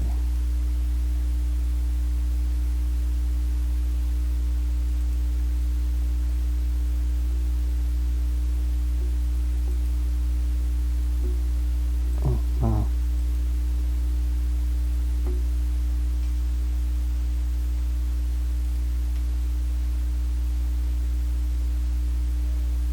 Interesting. About now? No. Alright, now we'll leave it like that then.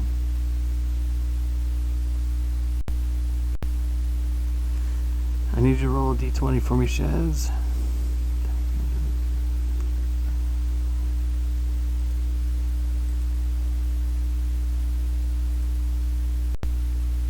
You take a shot at it, and you load the weapon, you raise it, and as you're raising it, you kind of pull the trigger a little bit too soon. You end up shooting the ground, and you're like, I'm too eager. Just one more action. What would you like to do?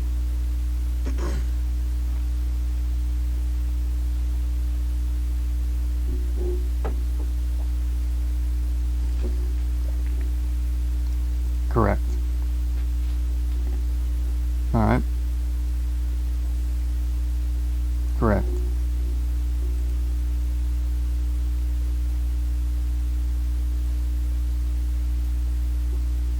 As you load it up, you get ready to shoot it again. You aim, you fire, but she saw it coming a mile away. She anticipated and just kind of moved off to the side and missed again. Xanth, that's when you realize you might want to try to do something. What would you like to do? Your turn.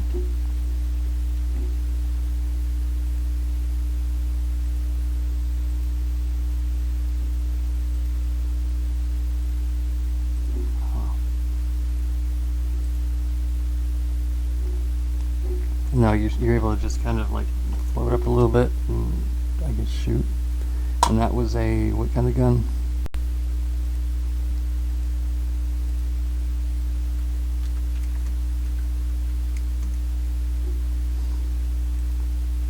Correct. First D20 was a what? Roll me a D4.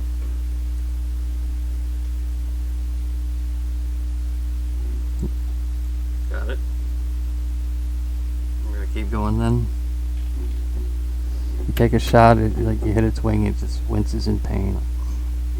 Just kind of hisses at you. Looks at the wound and just hisses back at you. Just backing up slowly, getting ready just to attack on her turn. 15 also hits. Go ahead and roll it for me again. At 4 side. Okay.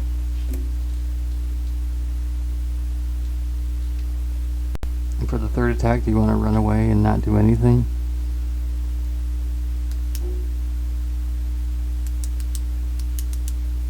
Or you can attack a third time, but it'll be with a -10. No? So you are gonna just kind of fall back behind the automaton.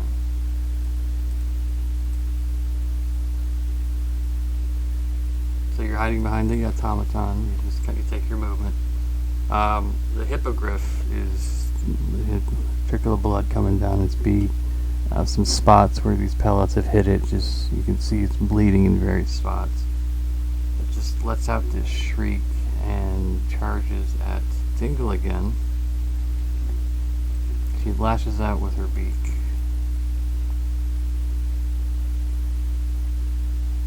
And you just kind of like, almost to the point where you don't even look at her. You're just like, and she misses, and then she attempts to strike with her.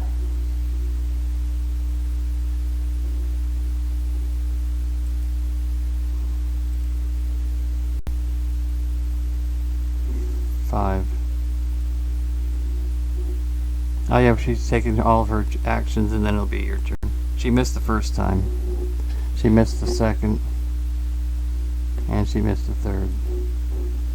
She's just, the blood's kind of dripping into her eyes. There's a little laceration on her forehead.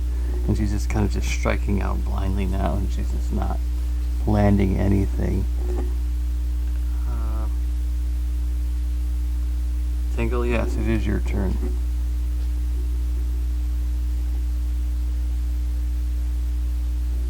So this is the first, what does this say, sword and axe?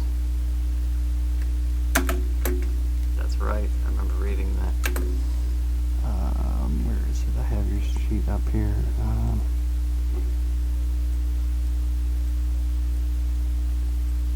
Hang on just a second. This would be what, a strength.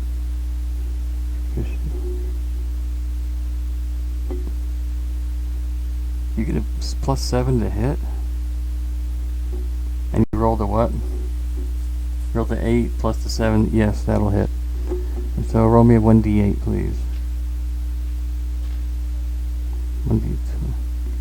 There it is. Yes, I see that on the traits. Two-handed d12. Yes, please. 3. Okay. It stumbles back. It's like, yeah, this guy's not playing.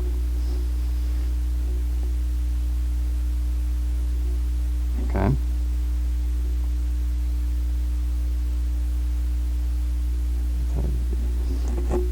It backs up. It thinks it's just outside of your way, and as your sword comes crashing down, it actually does just able to strike it, and it does how much damage?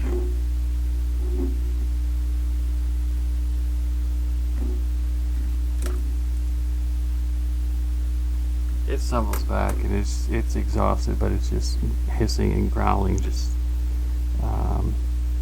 You've seen images of like a cat or a dog where it's just like it's on full alert, like I want to get something. I'm gonna just something come at me. I want to touch it. I want to like grab it and rend it.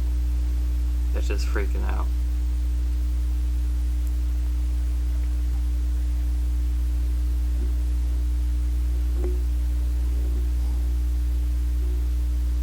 shaking its head, and its blood kind of flies around. It's slowly backing away. And Loud, you're up. Was that not 3? Oh yeah, that was only 2. Yes, as a free action, it is. You're absolutely correct. My mistake. It can't see. It's just shaking the blood. It's kind of slipping on its blood as it's trying to back away, and it's just trying to listen to attack anything that comes near it.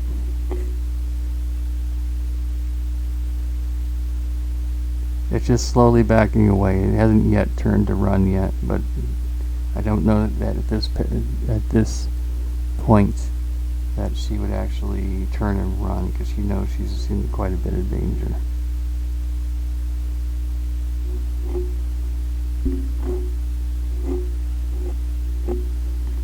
-10. So that'd be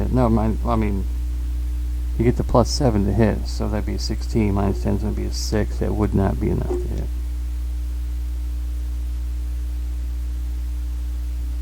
Shaz, you got a clear shot at it from where you're standing. You can see it. It's paying no attention to you. It's just, you can see it's just moving its head, like listening. But there's blood in its eyes. There's blood dripping everywhere. It's kind of stumbling to stay straight. I would have said erect, but I know this crowd, and I know not to use that term.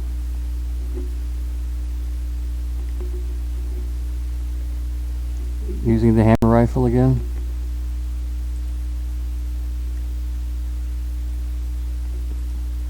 I need you to roll a 20 for me.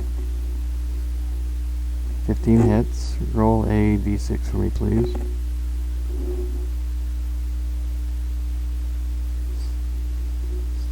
Not only do you have a clear shot, but Tingle is almost instinctively, he's raising his sword back up because he knows he's going to attack again. He's confident. That's the dwarven barbarian is like, I'm going to take care of it.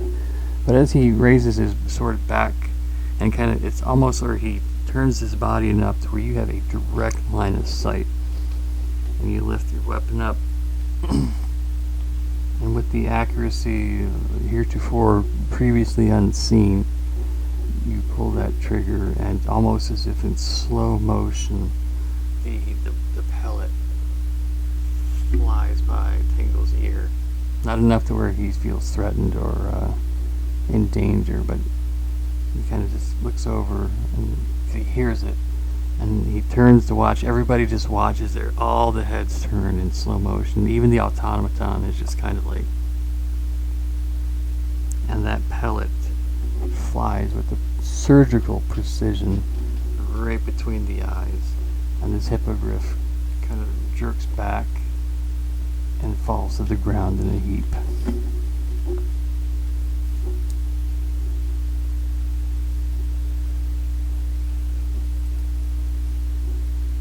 That is a big nose. That is a big nose.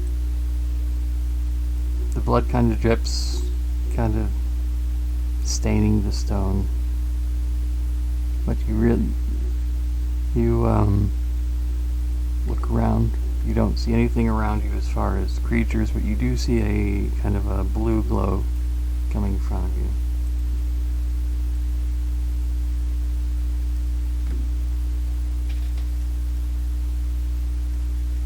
You are now out of combat. Yes, the hippogriff was the only creature there.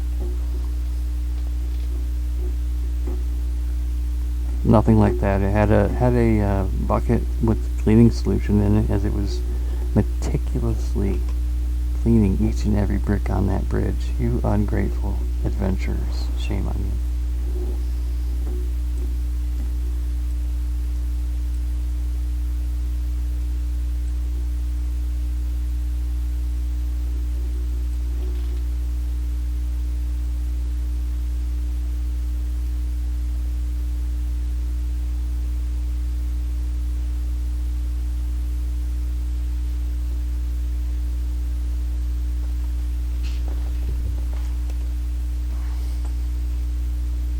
Oh, this is just like the the Monty Python sketch. This is a dead bird.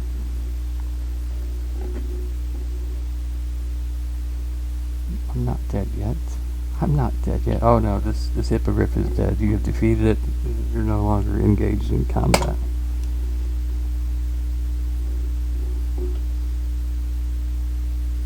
You can absolutely move together, forward together.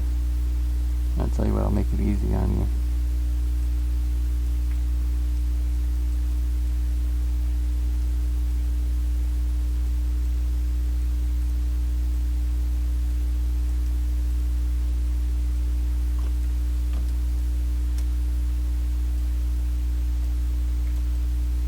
Apparently not. Hold on, wait. Hold on.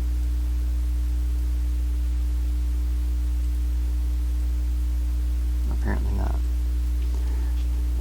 You move forward towards the light, and you realize at the edge of this bridge there's dirt kind of coming onto the bridge, and the dirt opens up into this room, and in this room,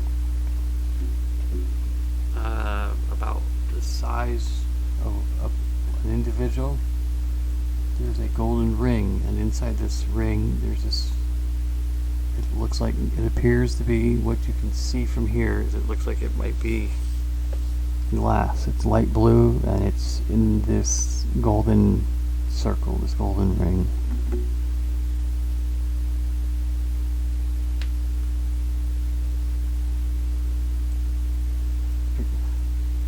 If you'd like to, you may. Go ahead. From where you're at, you can see nothing other than this gold circle and this blue.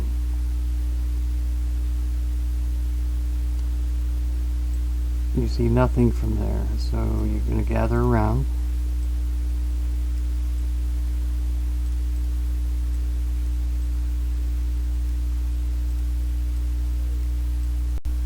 I accept that. I accept that joke. I accept that joke. It's good. That was good.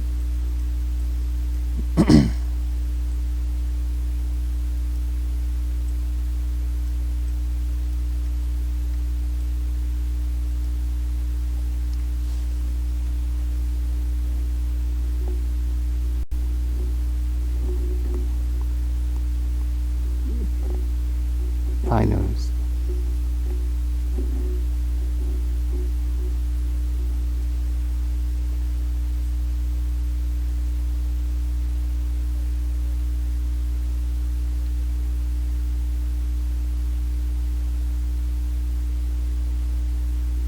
In front of you, as you are all, as you look around, you're all gathered around. It's a solid gold circle. It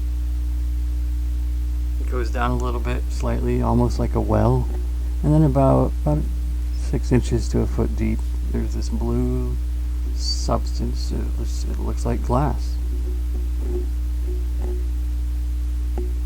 Would you like to? Mr. Shaz, you reach out to touch it, and as you do, all along the circle, the blue just kind of comes up like water almost, and it's this cone of light shoots up from that circle, from that metallic circle up to the ceiling. It's just this blue light, and your hand is inside it. Your hand is lighter blue, and it's just this light comes out of it.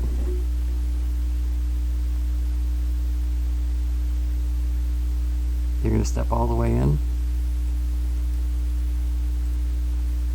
As you step in, you notice there's light all around you. It kind of tingles, like when you've been sitting on your leg too long, or sitting on your arm too long, and you get like, it falls asleep, and you get that tingling pinprick sensation. It doesn't seem harmful, but in front of you, this rectangle appears, and there is a triangle that appears on it. It's flat on top, and it forms a point at the bottom of the triangle.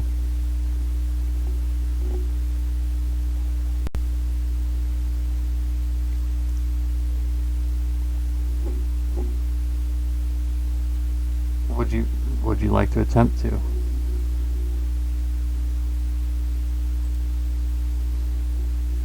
Shaz, you reach up to the triangle to try to see what's going on, and you touch it. All of a sudden, the blue inside the cone just kind of like attaches to you and engulfs your body. And the next thing the rest of you see is that he starts disappearing from his feet up to his head, and he disappears. He disappears.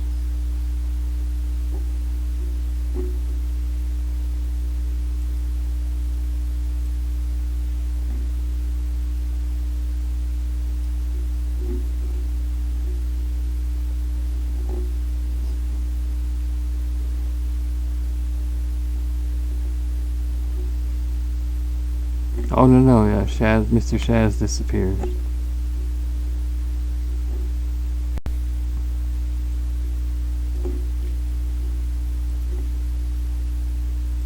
You hop in the circle, same thing. It engulfs you, disappears. The automaton follows you loyally, and the same thing happens.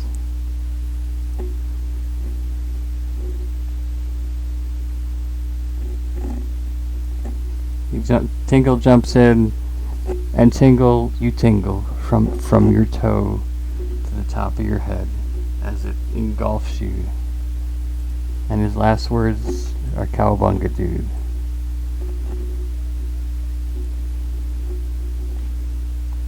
Loud, you stand there looking at this golden sphere, this golden circle, this.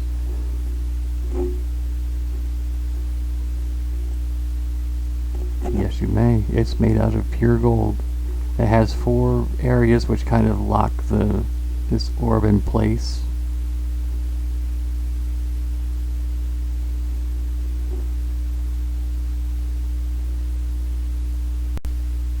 Yes. Almost not on it, but it is very similar to if you've ever seen the TV show Stargate.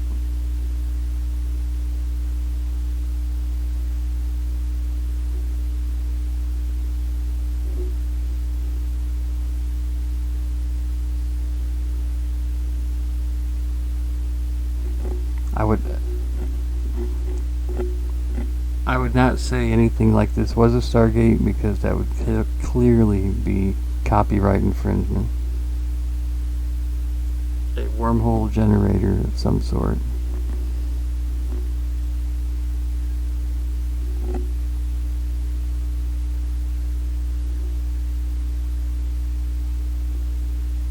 The blue stuff?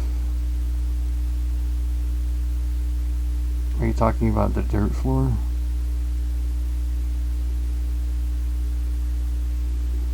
Is dirt. On the dirt? No. And the rocks behind you, in front of you, beside you? No. And the gold itself? No. Just a blue shimmery liquid? Correct. Correct.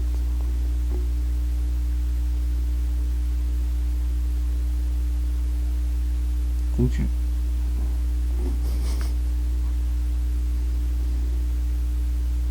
Roll a d20 for me.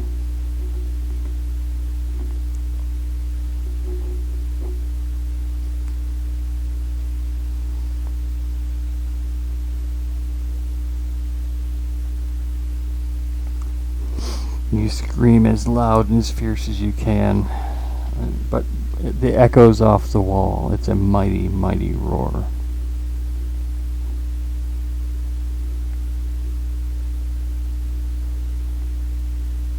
You can roll to see if you hear him, absolutely. That would be a perception. That would be perception. You don't hear anything where you're at.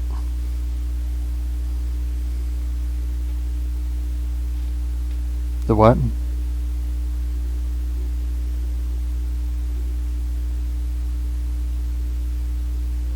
Something. Tingle, you don't hear him either where you're at.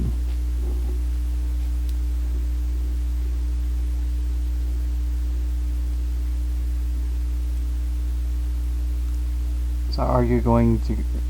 Are you going in? You're touching the blue liquid. You touch the blue liquid. It just kind of just covers your arm. It doesn't seem aggressive. It just tingles. I think we'll pause at this point.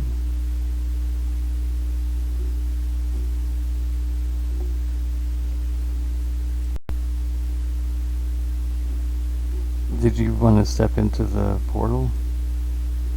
It steps in, it encases you in the blue.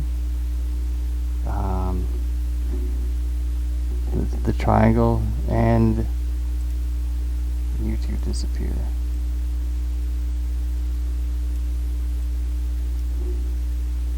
And we'll go ahead and call it there. We have 2 more levels to get to. So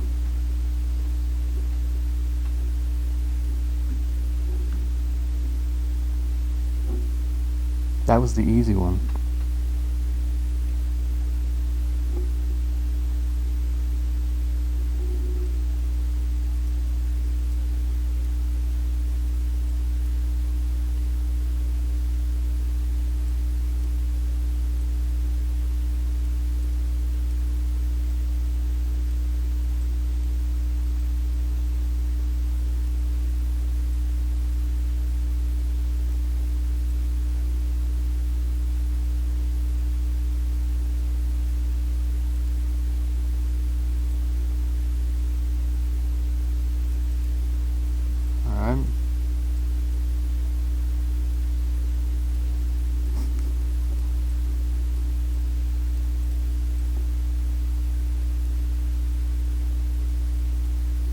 Dub has to go in 45 minutes. We'll go for maybe about another 30 then. We'll let him go after that. Portal, how are you doing on time? Alright. Sounds good. This will be a good setup for the next session anyway.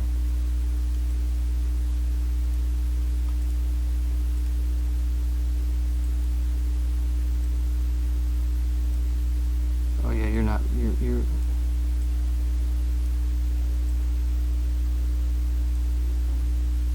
wow.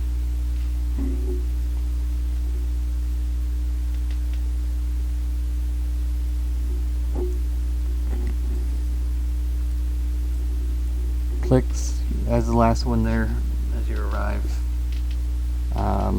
The shimmering blue light around you just kind of dissipates. And you find yourself standing around another blue, liquidy, golden circle. You find yourself in an area that's almost looks like a desert, and in front of you, directly in front of you, is this huge white opal pillar that seems to have been knocked over and broken. And no, that's not what I want. Okay. The thing is huge. You could all it would take you an action just to get on top of it. It's like if you wanted to climb it, that would be an action. It would be just difficult. This is how smooth it is, and just this thing is immense. It's massive. From where you're standing, though, you hear a voice just shouting just very loudly.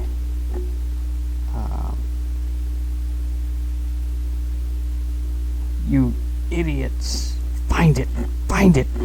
It is crucial for my plans to control the universe. stupid little nothing's lost it. Find it now. You hear something muttering or mumbling, and you hear the voice say, "How dare you?" And you hear almost like a rumble of thunder, and the next thing you see is this light flashing above and around this huge cavern that you're in. It's immense. On the other side of this opal pillar, this lightning light just kind of flash, and you hear the hum and the crackling of static, and you hear a squeal, and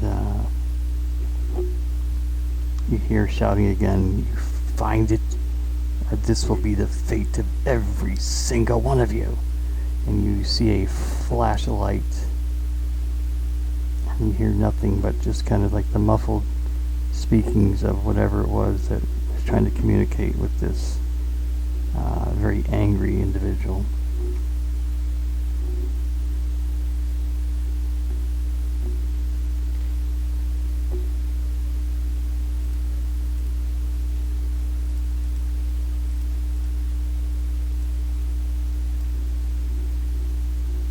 Who are you going behind?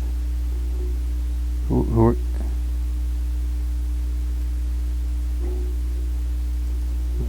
The voice is out here, way out in the open. You don't know where exactly it came from, but it was very... Yeah, go ahead.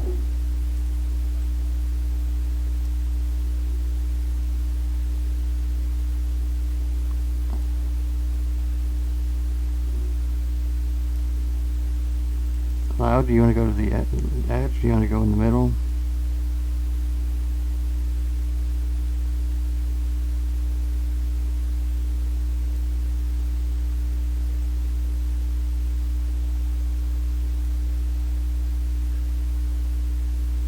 Oh, the room is very well lit. It's almost like the sun's out at this point. Where the first area you were at was kind of dark and dreary, and this is very well lit.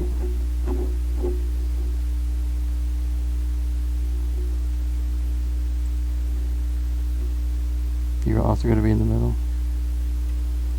I'll tell you what, Loud, you're the one, you mentioned it first. You get to the edge of the middle there, and you can see in the distance, first off, two huge skulls, and not just giant skulls. These things are well greater the size of a giant. The eye sockets alone could, Xanth could stretch his wings out all the way and not even touch the sides. You could stack up Tinkle on top of the automaton, and he still may barely just be able to touch the ceiling of the eye socket. These skulls are massive. There is this huge, massive staircase. Again, it was made of the same opal as that, but these skulls are not like substance created. They're not concrete skulls. They're not steel skulls. These are actual skulls of some sort of creature. And then there's a massive staircase. Milling around the top of the staircase and down at the bottom, you see several beings as well.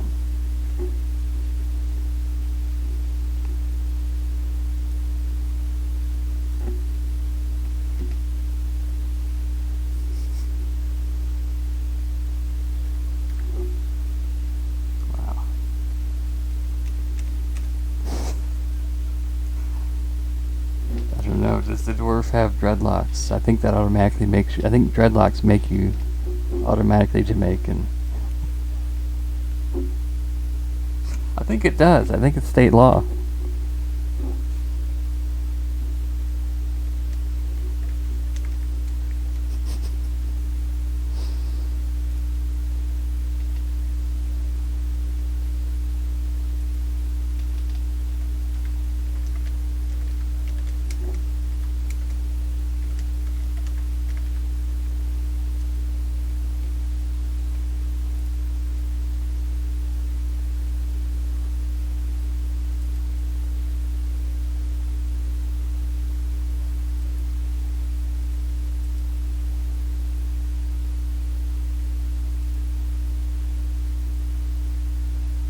No, well, you see the V beam, that one, this here. Oh, you said the being? You see several. The person you don't see, you see his minions, which turn out you recognize as kobolds.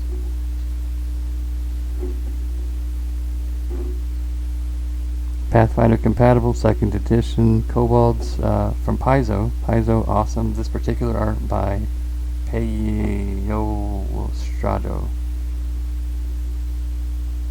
I don't know.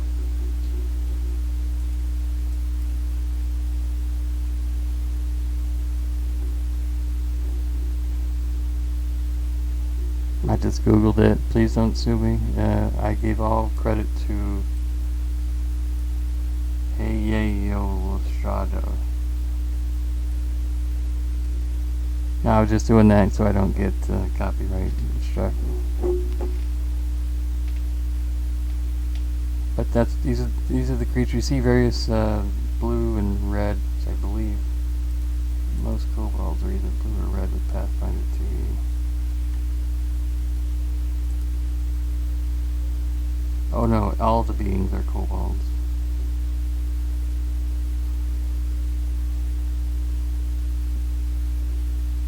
You can roll for perception or investigation, maybe. Would it be investigation? Because you're studying it.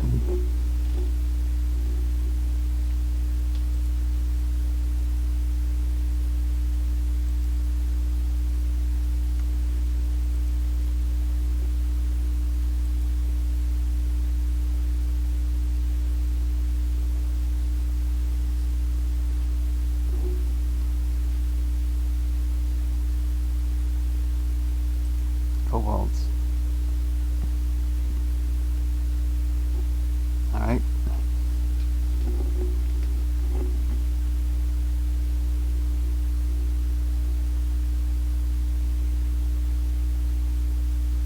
You see the kobolds in front of you. And you count probably 4 up here, down here. You know what, let me go ahead and just do this.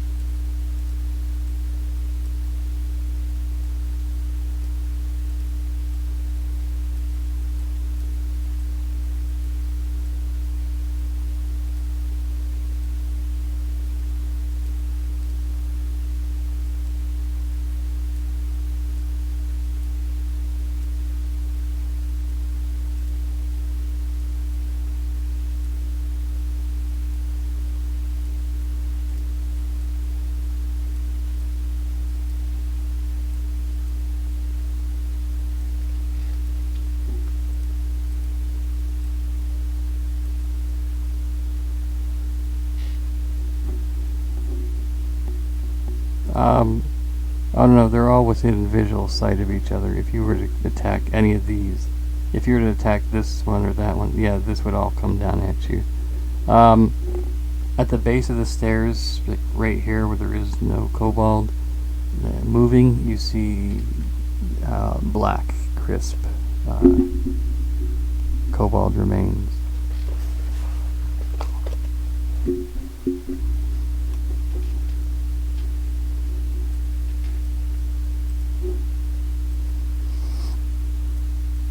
He's a barbarian. How do you think his stealth is? And you've got an automaton. How stealthy is it? Did you say -1?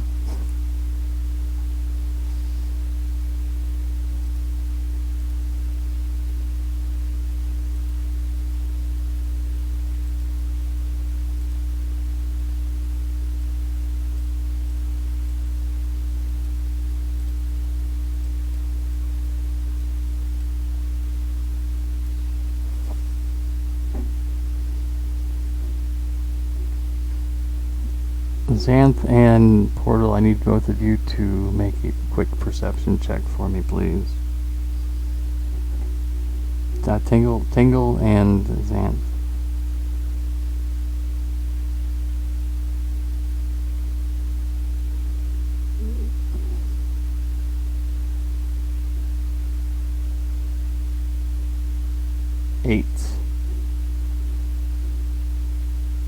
who are you rolling for? You can do that as well. I'll let you do that. Okay, you don't quite notice anything just yet.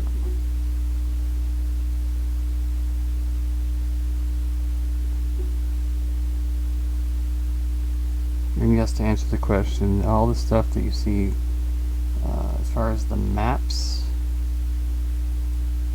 and anything, I did the potions, I drew this stuff here, I drew the tavern. The door I saw in an issue of something that Scotty Young drew. I just kind of added to it and made it my own. Are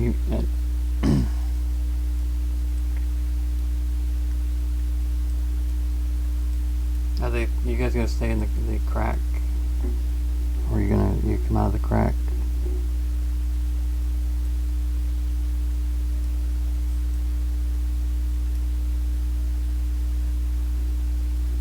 Tingle.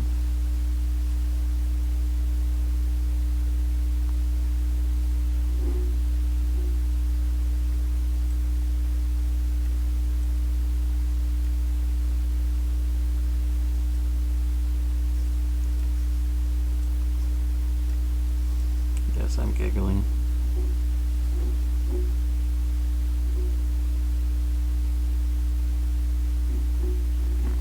Claws.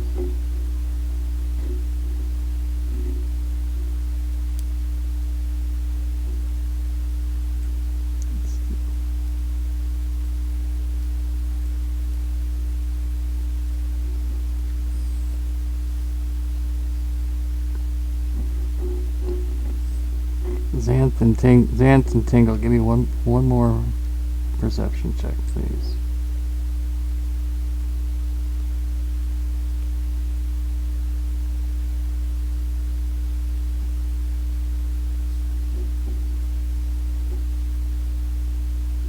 Okay. Tingle, what's your modifier? 14? The automaton and Tingle, you notice movement here, and you see a bag, like a travel bag, leather with straps on it. It was just kind of moving, just jerking, kind of.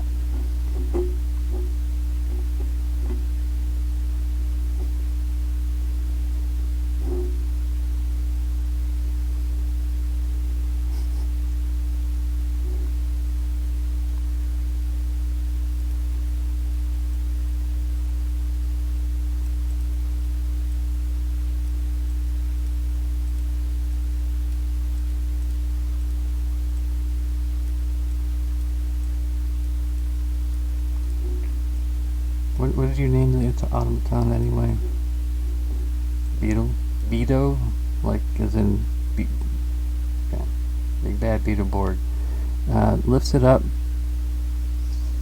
and like moves like it wants to hand it to you, or do you want it to open it? How would you like it to proceed?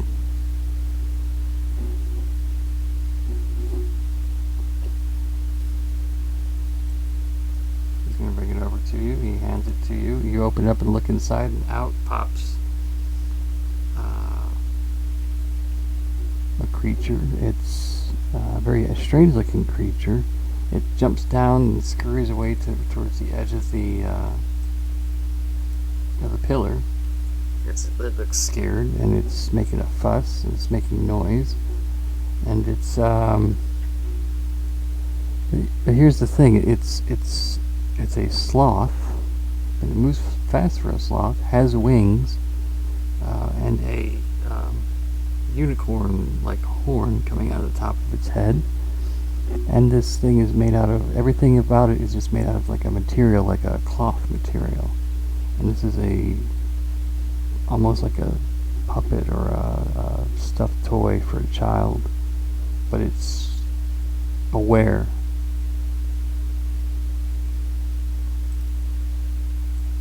It's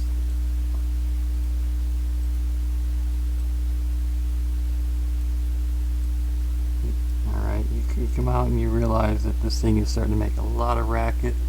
Loud, what you notice is that this guy is starting to walk towards you. Well, towards the source of this noise that's coming from the creature.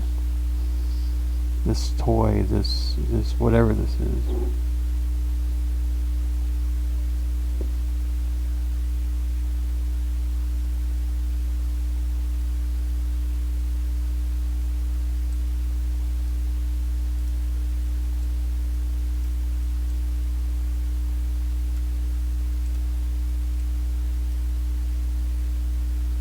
It could literally, like a stuffed animal, like you'd find it.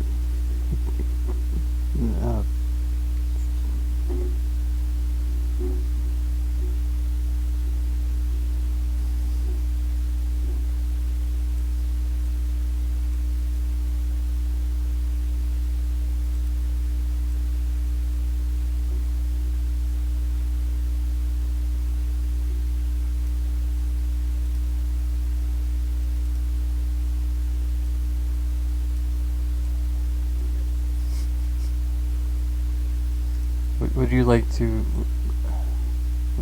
to remove yourself from the crack? Or would you?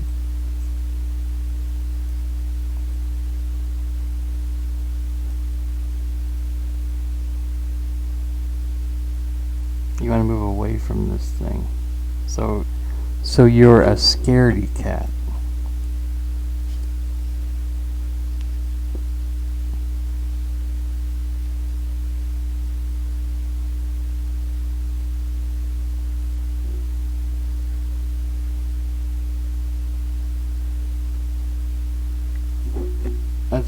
As it's not combat, we can now let this occur. What would you like to use to try to calm this thing down?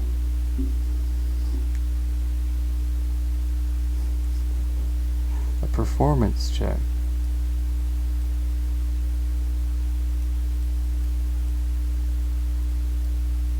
Love me, thrill me, hold me, thrill me, kiss me, kill me, yeah. I mean, so I heard.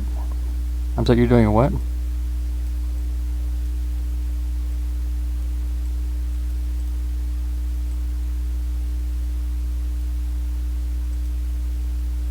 Okay, and Tingle, what are you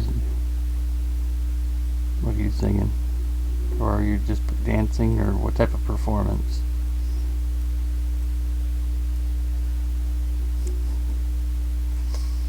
You move over and you start, as Xanth here starts singing his song about how he's got his money on his mind and his mind on his money. And believe it or not, the toy just sort of calms down.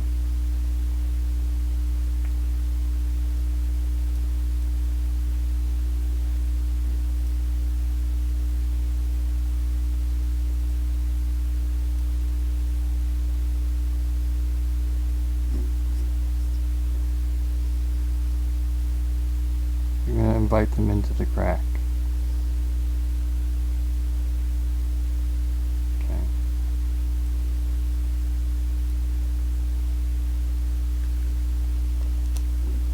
It's a very inviting crack, that's indeed true.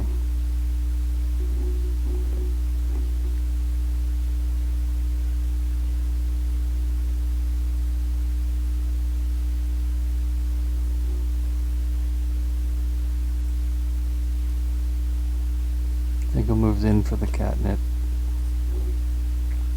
The toy is now calmed down. And again, it's a sloth with tiny wings, but it is able to fly, or more like hover. And it's got this unicorn horn straight out. And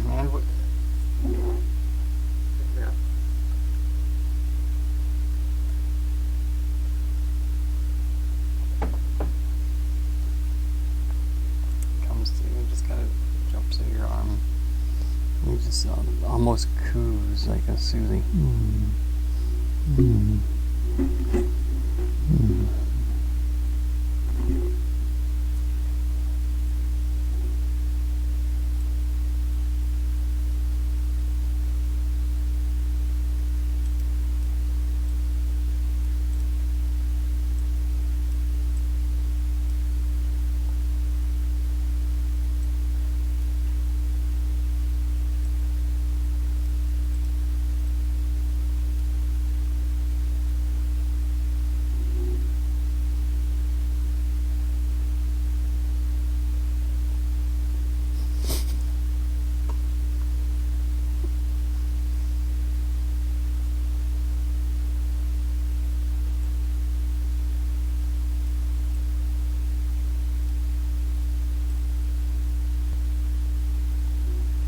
a crack attack.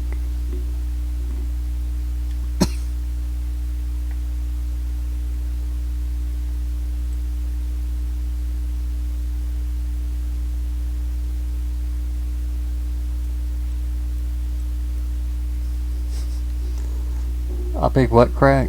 um,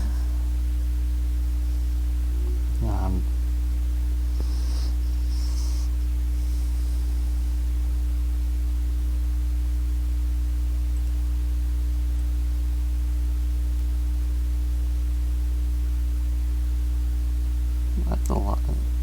So you decided to go from here back into the crack.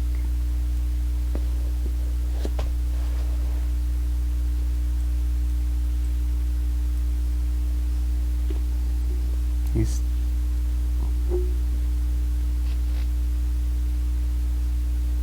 duck noises. Duck noises. Affleck.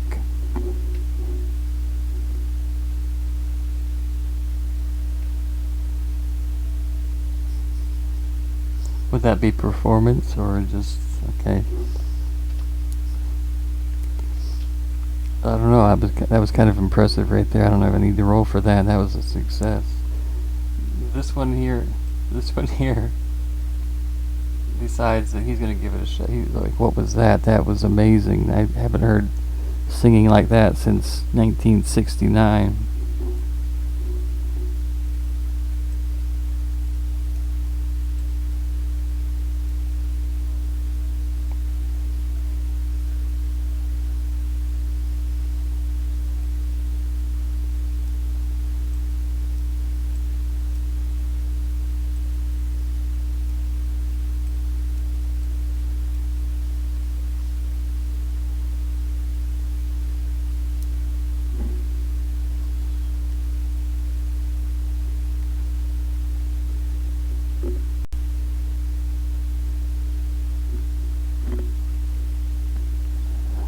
Wait, hold on. You want to do a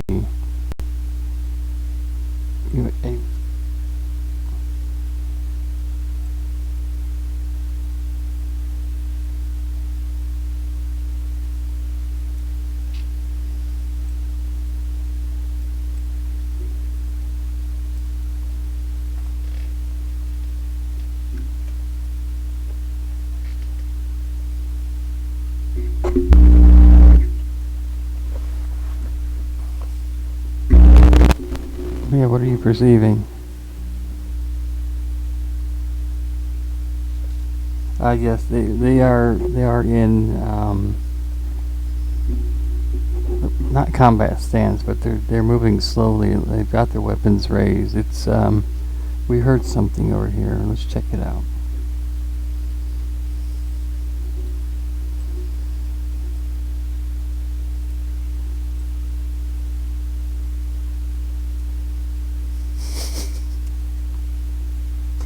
No. No. You hear them communicating back and forth to each other.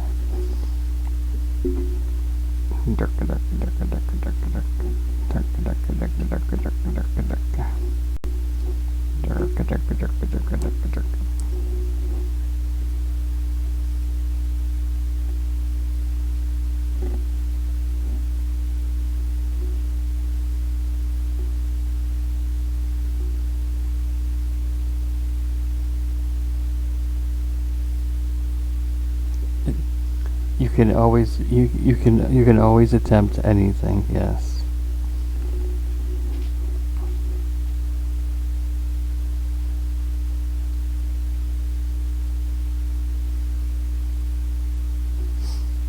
So he gets close enough to where he can actually like what's going on here, and he kind of peeks his head in. Now you would need right.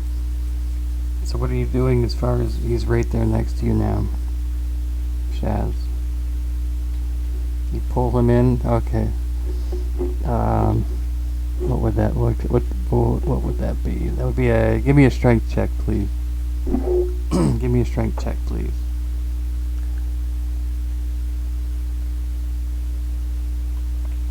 Yeah, may roll a d20, please. But if you have a strength modifier. Use that.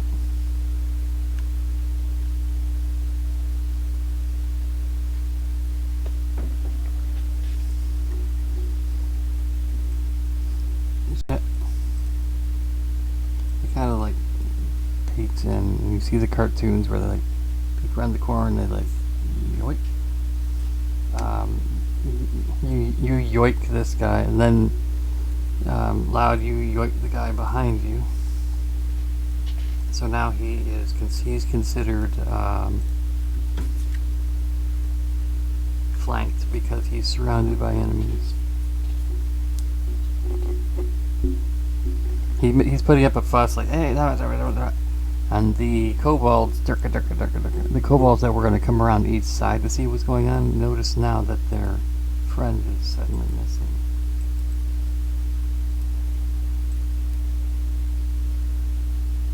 We don't know what's going to happen yet because we're now at the 12:46 mark.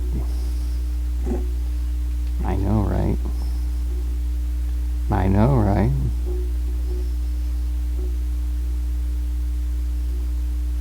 It was worth it just for the crack jokes. So, it pretty much was.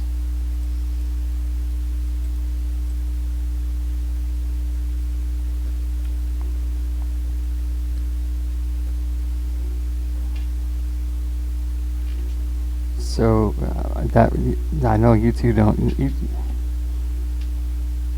normally get along. That's true. So this wasn't impressive.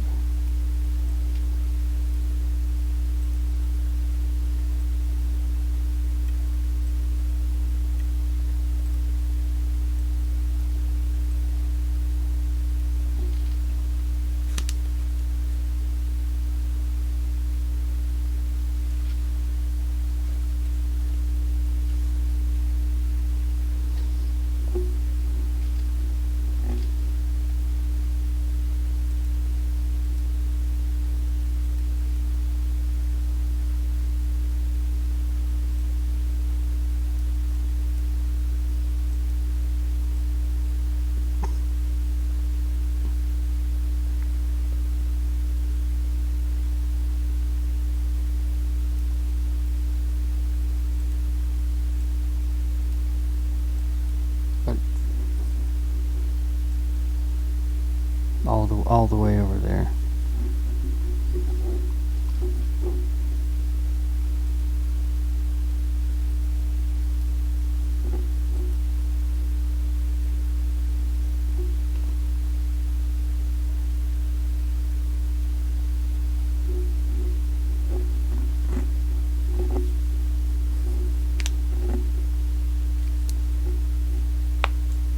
Do you have any alchemizations already prepared? We'll discuss that before the next.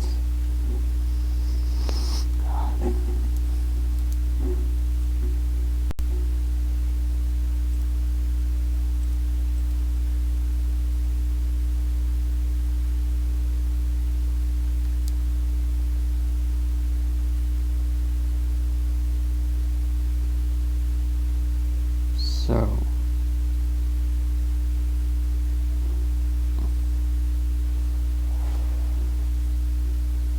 There we go. I'll take some time to look over each of your sheets a little bit more before the next time, try to help you out. I mean, they looked correct when you made them.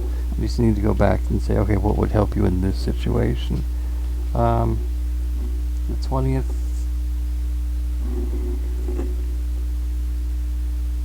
This coming Saturday. Today's technically the 14th, Sunday. I'm good for this Saturday if you guys are.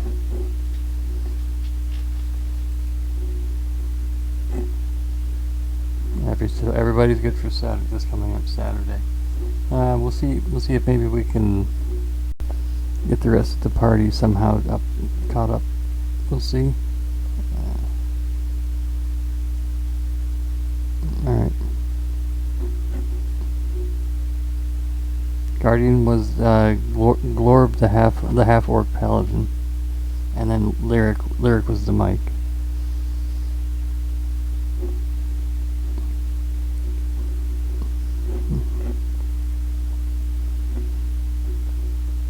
I'll find a way to get you in there.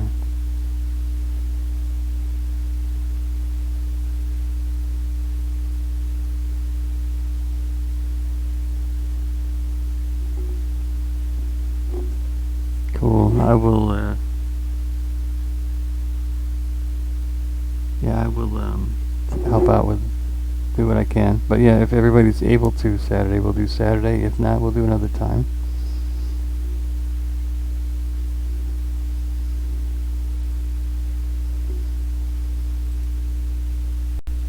Because reasons. The whole time.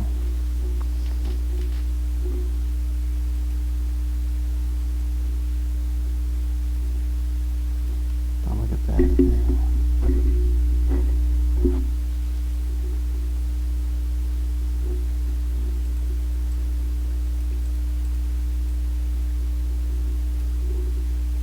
You see, that's how it works, right?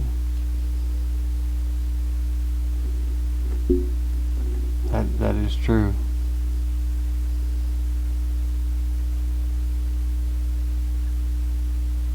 That's fine. That's fine by me.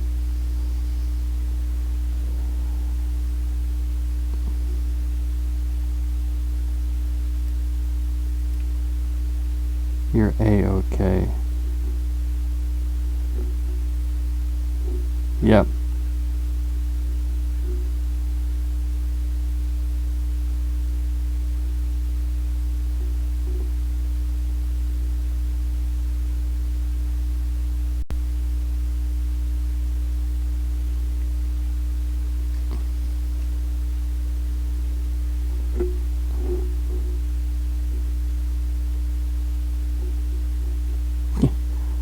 I'm gonna get him. No, we can do a double boosted, say, shadow. I'm looking at my chat.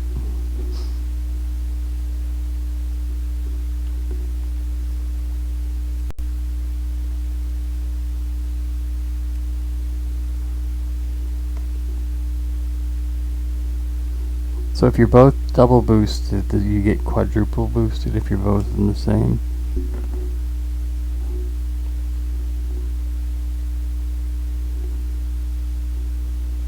Wow.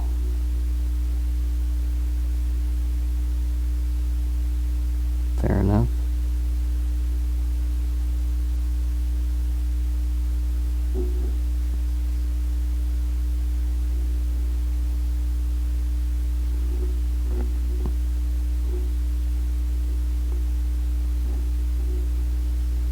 I'll tell you what, I'll go ahead and end it here as far as the stream goes. Thank you all for watching.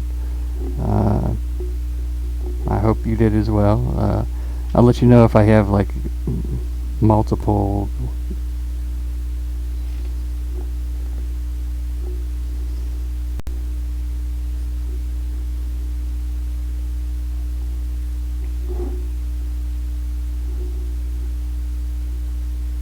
The second scoot is higher pitch, so which scooter leaves? Scoot. Other way around. I do have Twitch and Discord, but there you go.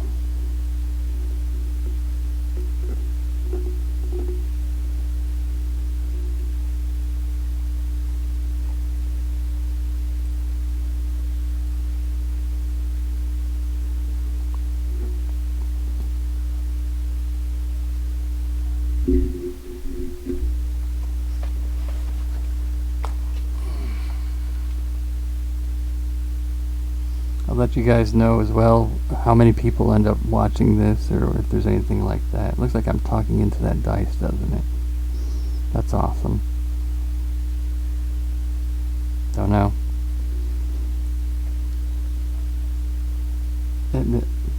Because the green screen took out the microphone, and that's the die behind me.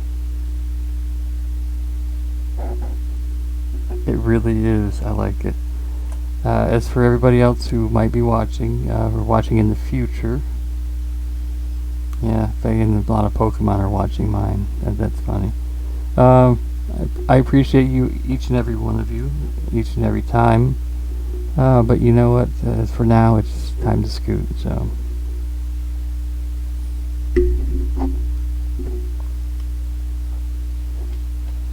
yeah, we're gonna do this in,